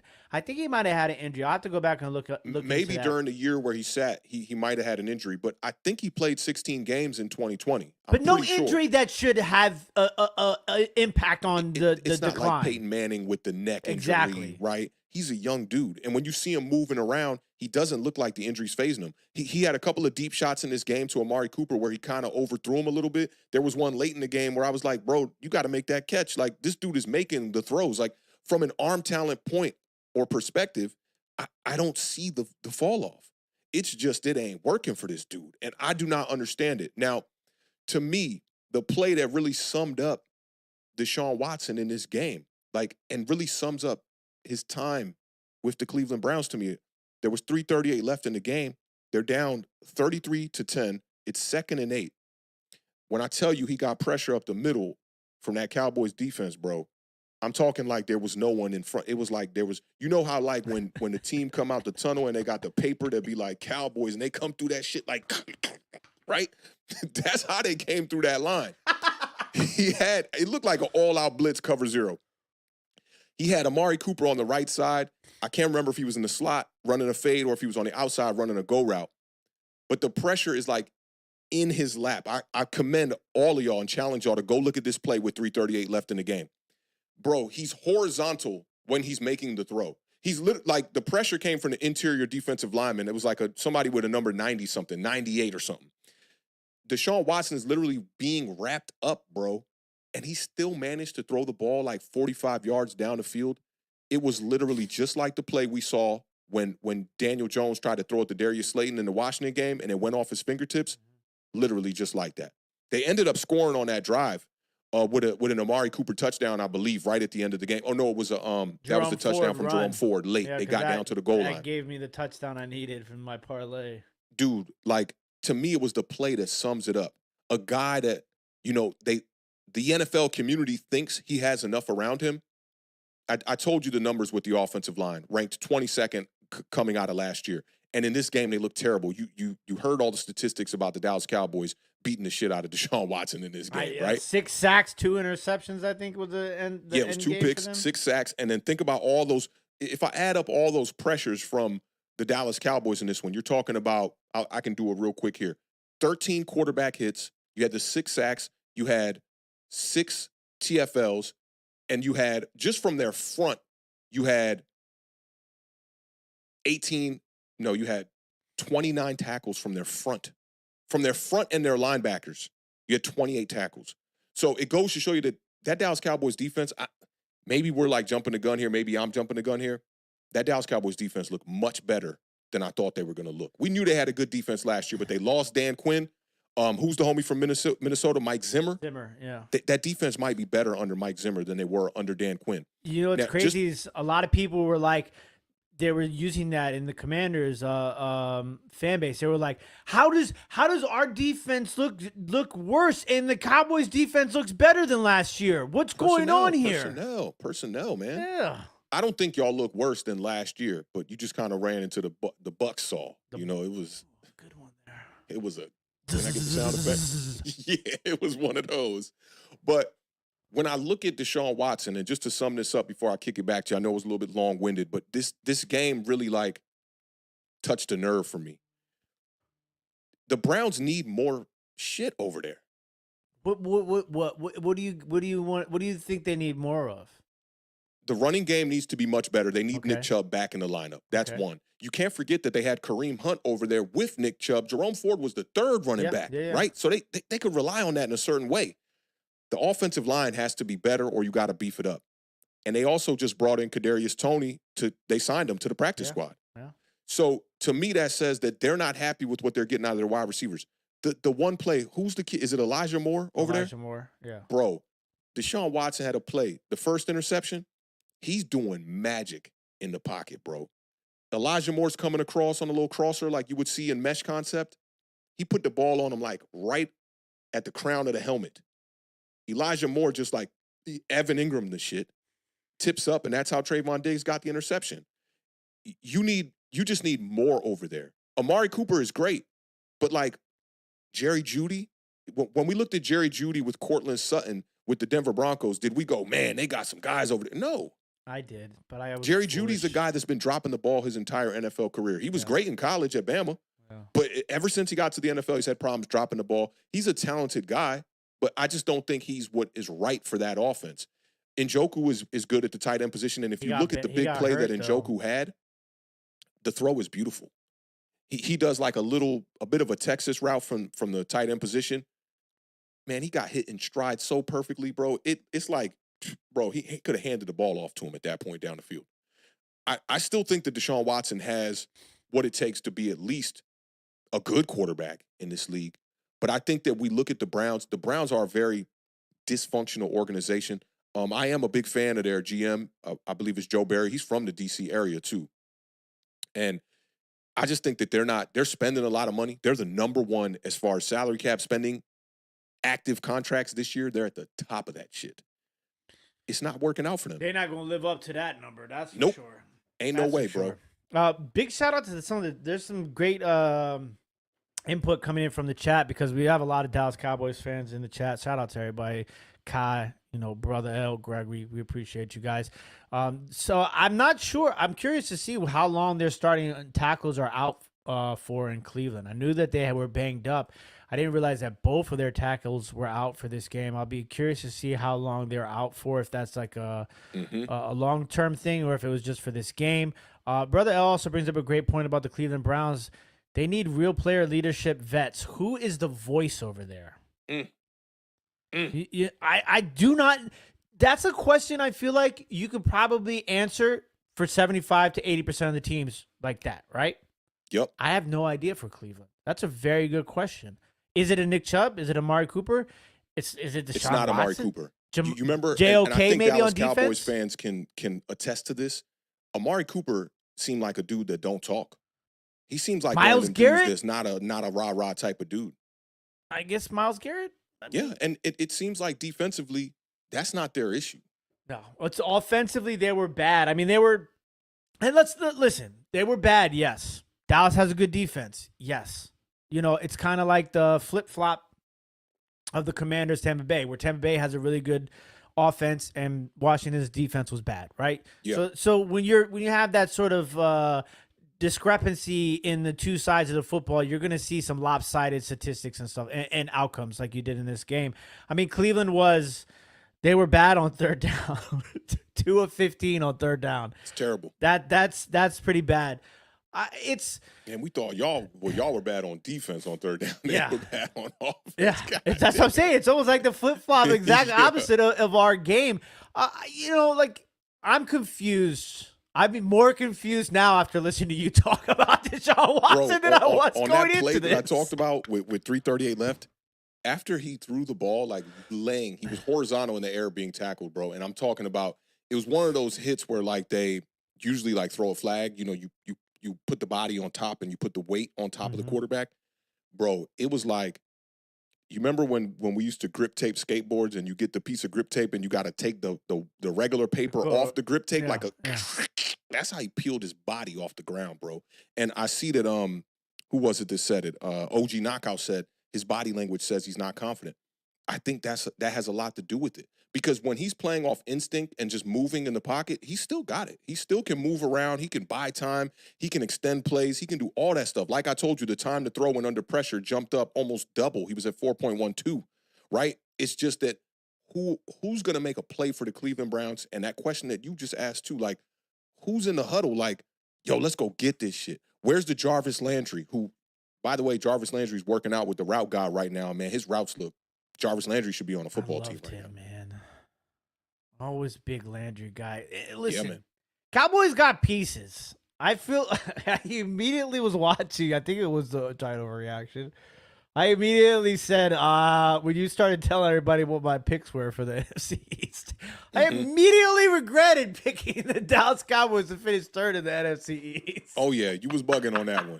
You was bugging on that one. Now, listen, that defense is good. It's top 5 defenses probably in the NFL. I mean, obviously, and I like Brother L too, because Brother L, as a Giants fan, he said, it's week 1. It's or week Cowboys 1. Fan. It's week 1, right? Okay. So I understand that, and shout out to Brother L for bringing that, as a Cowboys fan, for understanding that. Offensively, we talked about this a little bit on the preview show for the Dallas Cowboys, okay? He said, don't make that mistake again. It's a little sketchy here in the Giants. I mean, no, Giants, the Cowboys offense. You guys are messing me up now. On the Cowboys offense, Dak was okay. He wasn't. I don't know if he was $232 million guaranteed good. But there was some inconsistencies in the Dallas Cowboys offense. Dak was 19 of 32 for 179 yards. There's a lot of balls being thrown around in this game and not a lot of completions. Especially for having the lead. That's interesting that he threw the ball that much. So one of the things that I talked about I was looking for in the Dallas Cowboys offense was going to be to see the running back split I have I have Saquon. I have Zeke Yeah, down. You on them Giants, boy. Yeah, I know, right? I have Zeke down for 10 carries and Rico down for 8. Okay.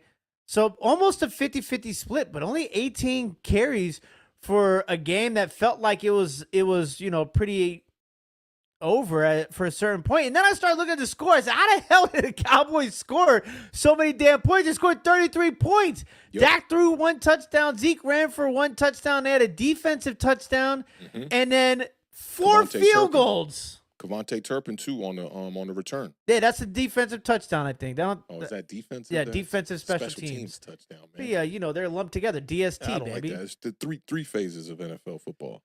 Good point. I like that. Well, I'm not going to argue with you on that one. But, and I thought one of my other questions was, is Brandon Cooks going to, he's 30 years old.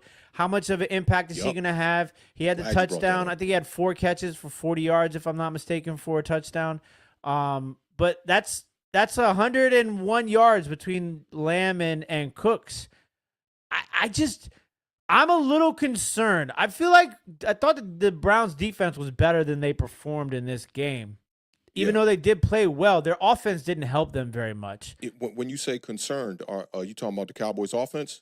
I am. I'm a little concerned about the Cowboys offense because what I would suggest, right, or I would try to give some influence to pump the brakes on it simply because of this. Think about how many games the Philadelphia Eagles were in that were very similar to this, where their defense would dominate, especially early on last season. And Jalen Hurts have a pedestrian box score, 130, maybe a touchdown on the ground with 50 yards on the ground and, not really that great statistics, around 50 to 55, 60% maximum completion percentage. So keep that in mind. I wanted to look up how many plays they ran, too. Like, how much more plays did the Browns have than the Cowboys? Well, the Cowboys probably have more plays than the Browns, right? I don't know. I'm about to look it up right now. So let me clarify that. Maybe not concerned like they're not going to make the playoffs concerned, but like what happens if they play like a really good team concerned? Like they? You know what the Cowboys going to do against really good teams? They're going to fold. Yeah, that's how they do. I tried to vouch for them a little bit last year. I thought they had a really good roster, but they get to the playoffs, bro, and they just lawn chair, bro. Just that's what they do. My brother, before the last playoff game, my brother's a Cowboys fan, for those of y'all that don't know. He's like, man, I'm not getting invested in this shit. I was like, man, I really think y'all got a chance this year, bro. It's been 3 straight years, 12 wins, man. This team is really good. He's like, man, just text me when it's over. I was like, all right, Packers dog walked them. I know Cowboys fans is tired of this shit. I know they are, bro. Every regular season, you hooping, get to the playoffs, and run into that San Francisco 49ers buzzsaw. And last year just so happened to be you couldn't even get to the 49ers buzzsaw. It's good. How many plays? I need to know this. How many plays? I know, right? All right, let's see. So it was each team had 15 first downs. Total plays 60. The Browns had 70. They were 4-14 on third down. It was a bad third down game, so that kind of explains a lot of it too. You're just not converting and sustaining drives as well. So they ran the ball 28 times basically. They had 60 plays and Dak threw it 32 times. And they ran it 25 rushing attempts. They were averaging 4.4 yards per play. The I have Browns that down were here. averaging 3.3. Yeah. God damn. It was and Dallas again with the penalties. With the penalties, Dallas. 11 Both penalties for 88 yards, bro. Yeah. Both teams had 11 penalties. And time of possession was damn near dead split. The Browns had the ball for just a minute more. Barely a minute more. So special teams really is a big point. Big shout out to Dallas Cowboys special teams. The special teams scored more points than the offense did in this game. Yeah. And homie made a what's the kicker's name? Is it Brandon Aubrey from University of Notre Dame? I was gonna say Brandon McManus. He made a 66-yarder in this game, but they called a flag and it didn't count. I was like, man, this boy got a boot. Oh yeah, he's legit. So like between him, so went 4 for 4. That's 12 points and an extra point. That's 13 points, and the Turpin 19. So I had 19 of the 33 points came from special teams and defense. Yeah, that's a good vibe. You see Kai in the building. He said, "Man, Awthentik, come on, bro. It's different this year. Summer's putting belt to ass on his defense." Listen, Belt we to all ass say is the that. most We all funniest say that statement. going into the season. It's this. No, it's different this year. I swear. Yup, we all say that. Turpitude, says Stephen White. Yeah, man, dude, Kevontae Turpin, man, he's a player I want on my team, bro. Like, the Giants can't find somebody to return punts for shit, especially with Gunnar Olszewski dealing with the injury. They tried to have Darius Slayton back there. He muffed one. And then he was just like, you know what? I'm just not going to catch these. Hey. I'm going to fake the fair catch and just let it hit the ground type shit. You guys got a fullback, though. Bro, the fullback, we've signed and cut him like 4 times already. Yo, the Giants, man. Joe Shane, hey, get your shit together, Joe Shane. Get your shit together. It's week 1. I'm already feeling like, bro. Listen, Stephen White. I'm talking a lot of cherries today. We're gonna put this cherry on top of this one, right? Yeah. That's the Dallas Cowboy thing. I think, you know what? That's the top of the NFC East thing. Can the Eagles and Cowboys find a way to consistently win in all 3 phases of the game? Because there are more times than not, one of the 3 phases is letting down those 2 teams. With us, it's you get 1 phase works maybe if you're lucky for the Cowboys for the Giants and the Commanders. Facts. So that's going to be interesting. I think that the consistent level of play from all 3 phases from the Cowboys and the Eagles is going to tell you a lot of who wins this division. Yeah, I still got my money on the Philadelphia Eagles, but Me the too. Dallas Cowboys, they really made they took a couple of steps up where I'm like, gotta watch out for them again. And it came down to the wire last year between those 2 teams. Huh? Oh, I don't want to see what the defense is going to do to us and you guys. Not looking forward to it. We got the Cowboys week 4. We got the Browns week 3. Not tight. We got to win this game against you guys next week. I know we're saving this for Thursday. Don't forget, ladies and gentlemen, we are live Thursday night at 7:00 p.m. Eastern Standard Time. I do want to leave you all with a little bit of food for thought. I want you guys to keep this in mind. Don't answer it now in the chat. But when we kick off Thursday night show, I want you guys to keep this question in mind, okay? We're going into this game, Giants and Commanders. Giants offense looks terrible. Caca. Commanders defense looks terrible. Which fan base do you think loses it more?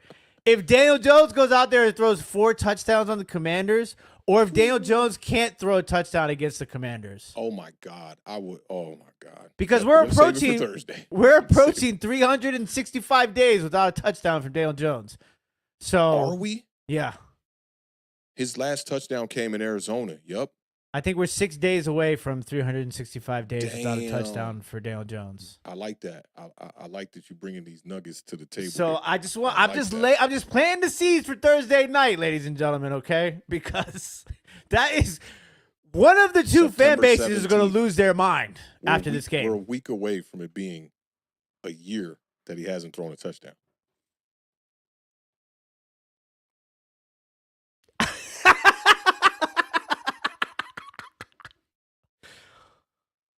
All right, y'all. Gather around the table. Our Father. Good night, boy.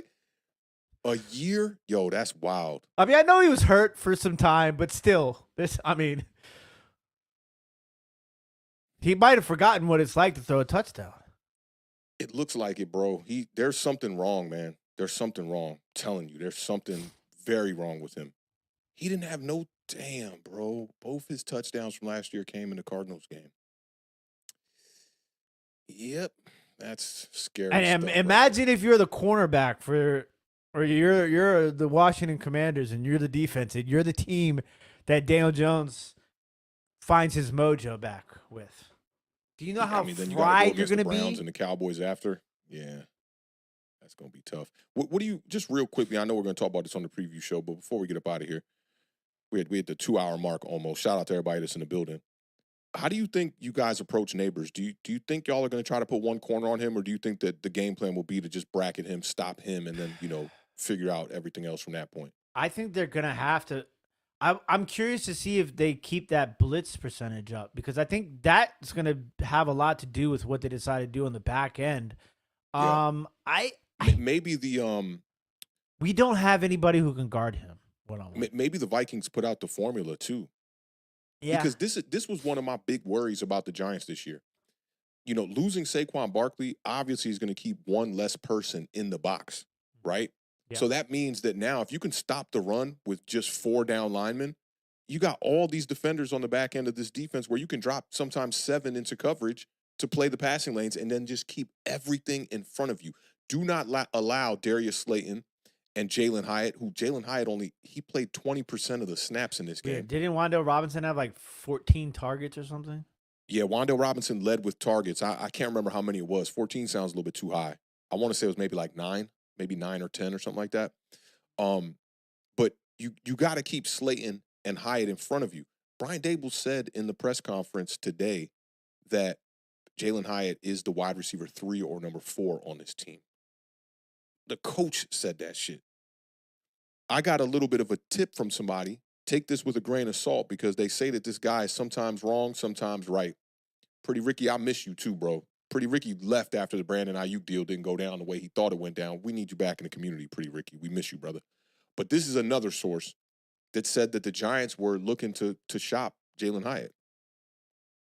Preseason or Didn't really give a timeline on it, but I think that would be really interesting because I look at Darius Slayton as kind of like the odd man out, like I've been saying. I thought that Darius Slayton will be the guy that will probably be traded by the deadline, or next year when his contract expires, he'd likely be allowed to walk in free agency and whatnot. But the Giants are in a tough space here because their whole goal was to stretch the field. That was the thing, and they can't do that if teams are going to keep everything in front of them the way that the Minnesota Vikings did this past week. They didn't blitz that much; they just kept it all in front of them. And shout out to Stan. Stan sent me this before the show, and I was going to read this during the Giants segment, but I'll read it now while we kind of close out the show here. Jonathan Grenard said this. He said, when we heard the boos raining in, we're like, okay, now we're good on our side. But when it got really loud to where it was as loud as it would be on a third down, should be when they're on defense, it was kind of bad. We kind of started to feel a little bit bad for him as we're still just completely taking away everything that he wants to do, he being Daniel Jones. It's good to be on the other side of it. These people are coming out. This happens every 4 to 5 weeks for the past 2 years with Daniel Jones right now. You had the San Francisco 49ers come out and say it. You had 2 young cornerbacks in Seattle come out and say, like, yeah, this dude likes to take his first read, and we played against that. And that's how we ended up getting the interceptions that we got against him in that Seattle game. So many teams are coming out and talking about the quarterback position. It's frightening as a Giants fan and as an NFL fan, period, that you can visually and visibly see that Daniel Jones is just not a guy. He's especially at this moment in time. And the Giants instead, they looked at what happened last year and goes, got the injury, let's reboot, let's reset, and just kind of try to run it back. There's the famous saying from Joe Shane in the Hard Knocks episode that just said, yeah, if Malik is there at 6, we're going to draft Malik Neighbors and run with Daniel Jones. This shit is backfiring. Bad. Yeah. Yeah, it's backfiring bad. And it's why I'm a little envious of you guys because there's nothing that can go left for the Commanders this season. You could win 1 game this year. And there's still hope for the future because you committed to that rebuild. Same thing goes for the Minnesota Vikings. Fully committed to that rebuild. There is no just saying that you're going to compete while you rebuild is just the dumbest shit in the world to me because this is the NFL, man. Of course you're going to go out there and compete, right? Like you're not going to go out there and try to lose the game, but a rebuild is committing to getting the roster reset and getting back in shape to be able to try to compete. It's a future type of thinking. It's not just like, I don't even want to compare it to another team. I was going to maybe bring up the Cowboys or bring up the Rams where they're like, man, we're all in. Jerry Jones, I'll do it with the Cowboys because Jerry Jones said we're all in.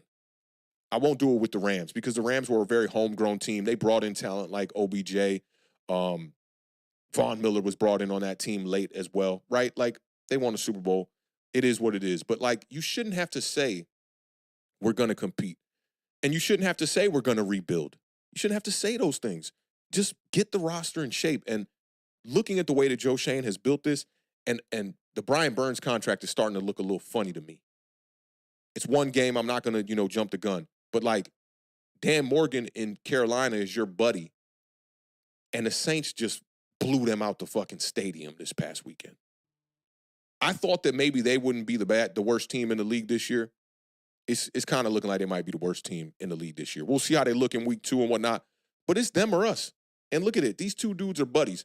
Beard, imagine if it was me and you owning an NFL team. I own the Giants. You own the Commanders. And when we get to week 18 at the end of the season, me and you, both our teams at the bottom of the goddamn league. Man, come on, dog. At least we're rich.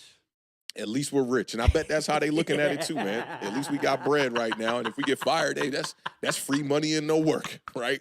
So we'll see, man. I am looking forward to just seeing how the Giants battle through the turmoil. That's what I'm looking forward to seeing. Like, how does this team fight? Do they get better? Can the quarterback elevate his play? Can Brian Daboll make adjustments like he did in 2022 to be able to put his quarterback in a better position to win games? Because right now, Daniel Jones is not going to win many games just dropping back and passing like that with no Saquon Barkley on the field and with Devin Singletary out there averaging under 4 yards a carry. It's just not going to work out, man. Yeah. The other thing is, too, is that there's a level of stubbornness with a lot of coaches, and we talked about this a lot last year. Sometimes you just got to know that it is not working, and you got to your job is to find a way, okay? Yep. So, like, if you got to go back to the drawing board and scrap everything that you thought you were going to be able to do in the, the offseason, and you got to come up with a new game plan offensively, defensively, whatever it is, you have to make that move, and you got to do it before it's too late. That's why it's almost good for the Giants that it was that bad week 1. And you didn't get that false hope. You know, you're right. Cowboys, remember last year's opening week, man, the Cowboys put up 40 on our head, and it didn't fix things. I mean, they did win in Arizona in the second half. I bet you, man, Brian Daboll was probably in that locker room in Arizona with a goddamn AK-47 like, y'all motherfuckers better go out here and win this goddamn game. You know what I'm saying? Like, he probably was on it, on that type of time. But last thing I'll ask you, and Christian Bonilla actually just said it in the chat, and I want to know what you think about this. Let's say Daniel Jones goes out there in Washington and does not put together a winning performance, and let's say it's an average game. I'm going to give him the benefit of the doubt here. Let's say it's average, like are we talking average NFL quarterback game or average Daniel Jones game? An average game. Like 1 touchdown, 1 interception, 189 yards, 60% completion percentage type of deal, right? And you lose the game, and you see, again, there's plays left out there and whatnot. Would you go into week 3 and start Drew Lock? And chat, I want y'all to answer this too. Just put a capital yes or a capital no if you think it'd be time for Drew Lock week 3 if Daniel Jones has an average game. What do you think, Beard? I think you would strongly consider it, but I don't think that they will, because I think that it would make them look worse than it would make them look worse than I think people would really look at them. I think people would look at them better if they had the balls to actually do it as opposed to not doing it. So wait, say that last part again. I don't think that they would do it. Right. Because I think that how that would make them look. But I feel like people would respect them more for going to Drew Lock, and they would respect the balls that they have to do that, as opposed to looking at them not doing it, and just because they don't want to look bad. Yep. But they really wouldn't look bad. They would look good, because they'd be like, okay, we're admitting that we screwed up. We're going to try and do our best to fix our mistake. I totally agree with what you're saying right there, because I think as far as the Giants fan base, they've never seen Daniel Jones really tested by another quarterback ever. Every time that someone else has played, it's been because of an injury. They have not drafted a quarterback since 2019, not in any round since Daniel Jones has been here. I would say straight up and down. It's crazy, because I looked at a couple of the national shows today on ESPN and FS1. Like, I like to just look up their segments. I don't watch them live, but I look up the segments. Like, I'll look up the Get Up Giants segment. I'll look up First Takes Giants segment. and some stuff on FS1 as well. They're already talking about Daniel Jones being benched. Rex Ryan said you need to bench him already. I think that if he goes out there in Washington and he does not put together a winning performance, you definitely got to bench him. And I think there's a couple of reasons why. Going up against one of the worst defenses in the National Football League? Absolutely. Like, Washington's secondary is susceptible to big plays, and he has to go out there and do that. 2, the injury clause, although it is a little bit early in the season, if Daniel Jones can't pass his physical by the time we get to the end of the year, so let's just say he tore his ACL again or something like that in week 5. If he can't pass the physical, the Giants are going to owe him upwards of $30 million on top of the dead cap hit that they're going to have to take if they cut him. So at that point, you're going to be paying him more than the AAV you would pay him to play. Think about that. That's one thing. I saw, I think it was King Chris TV that said, it is King Chris. He said that Drew Lock and Daniel Jones are kind of interchangeable. And I do think that from a playing kind of perspective, like, they are very similar quarterbacks. Like, neither one of them is going to really do much. But I think a lot of people are thinking about the Drew Lock that, was more comparable to the Daniel Jones that we saw before all of this shit. The Daniel Jones that we have seen in the last 8 games, who's 1-7, who hasn't thrown a touchdown now in almost 365 days, like you just brought up, that has a 40-game active streak of not having back-to-back two passing touchdowns in 2 games. That guy, the post-neck injury guy, I don't think he's as good of a quarterback as Drew Lock is. And I think the Giants fans have a sour taste about it because we saw Drew Lock in the preseason game against the Detroit Lions did not look good before he ended up getting hurt in that game. But there's a couple things I think Drew Lock brings to the table: moxie, confidence, and a I don't give a fuck type of mentality. I don't think Daniel Jones presents that. Week 2, this is a huge game.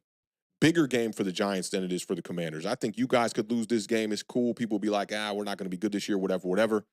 If the Giants go out there and lose to the Commanders, a team that we have been known to own during the Daniel Jones era, it's going to look terrible. And Chris Peace gave me the exact numbers. It's $23 million on the injury clause. I know it is at least $20 million on the dead cap hit number. He's getting paid $40 million a year. You do the math. It's more. If he's hurt by the time he takes that physical, it's going to be more money than you would pay him yearly. And at that point, that's going to be a New York Giants fan like me nightmare, because that means we're going to have to go another season. We're going to go into season 7 with Daniel Jones still on the roster at quarterback. That sounds almost incomprehensible. It's crazy. It's crazy. It's we love you guys, crazy. though. Thank you. But 7 years, man. 7 years is crazy, bro. And we've been talking about it, at least on Twitter and on this channel, for like 4 seasons, being like, I think it's time we draft a quarterback, man. Like, this. There's like, nobody really in the league that there's not another comparable situation. Nope, not a team that's ever done nothing like this. If they allow him to be here for 7 years, man, and like I said, like, he's a human being, and I don't like to pile on too much, right? Yeah. But at the end of the day, all of this that we're talking about, it's not Daniel Jones' fault. No. He has not played well, and that part is on him, I guess. But beyond that, this is an organizational failure to be able to see that everybody around the league is looking at the Giants like a laughingstock, and only you that are in the building with them every day can't see the joke is on you. Stubborn. It's crazy, man. Crazy. Good vibe today. I didn't think this show was going to go 2 hours, man. Good vibe today. Love the breakdowns on the game. I love everything you brought to the table today, man. It was definitely a solid vibe here, man. Shout out to the Dallas Cowboys. Shout out to the Philadelphia Eagles fans for getting the W in week 1. Commanders, y'all got a lot to work on, but, I think there's something there. For the Giants, man, this was just, it couldn't have gotten no worse, I feel like. It's the Minnesota Vikings. That scoreboard shouldn't have looked like that, but real tough. Kareem Yee says, who was the last quarterback drafted besides Ryan Daniel Lauletta? Jones? Kyle Lauletta. Kyle Lauletta. It was either him or Davis Webb. I can't remember. Both of them were third rounders, I think, and I can't remember which one was drafted first or last. I want to say it was Davis Webb, but I could be right. It could be Kyle Lauletta. I don't know what they're doing over there, man. But yeah, definitely great vibes, man. Shout out to the chat, man. Y'all were super active, man. These streams are just getting more busier and more busier. All the new people that pulled up, from the subscribers that we have been gaining this month, man. We've been on a tear this month. YouTube does that little breakdown, and you can, like, it's like a game they play with you, like the little breakdown. I played the game and whatnot. And it was like, what video is the most highest performing video and how many subscribers and all this stuff. And I was just like, damn. And I looked at the videos from this week and it said something like, I don't remember the exact numbers, but it was multiple streams, multiple videos, and multiple YouTube shorts. Shout out to Sebastian for cutting up those YouTube shorts. If you haven't checked them out, check out the short section on our YouTube channel. They're funny as hell, man. And Sebastian's definitely really good at what he does. I appreciate him for doing that. But we're getting active over here, the Beard. We're getting active. I like it, man. I like what we're doing with the channel.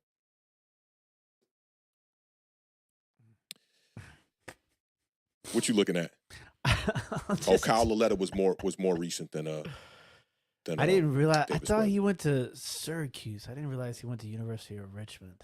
Syracuse is Davis Webb. Oh, DeVito went to Syracuse. yeah, transferred there. Played his last couple of years there.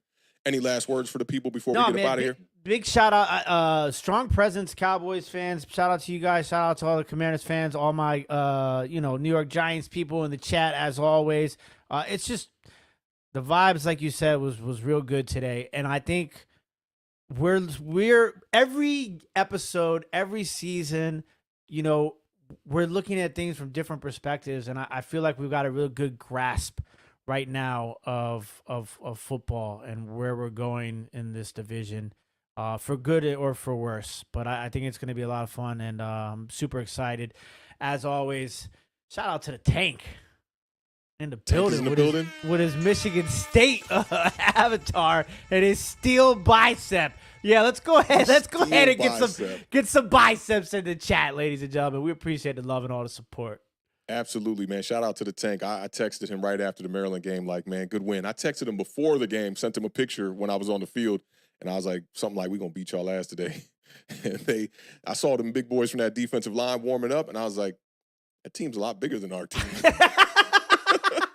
Damn, this some big boys, man. It was really looking like the program out there. But shout out to the Tank. Shout out to the gang, man. Y'all know what it is. Y'all know how we end every show over here on Awthentik and the Beard, man. Keep raising that bar. Keep living those dreams, because the universe flows in Technicolor and surround sound.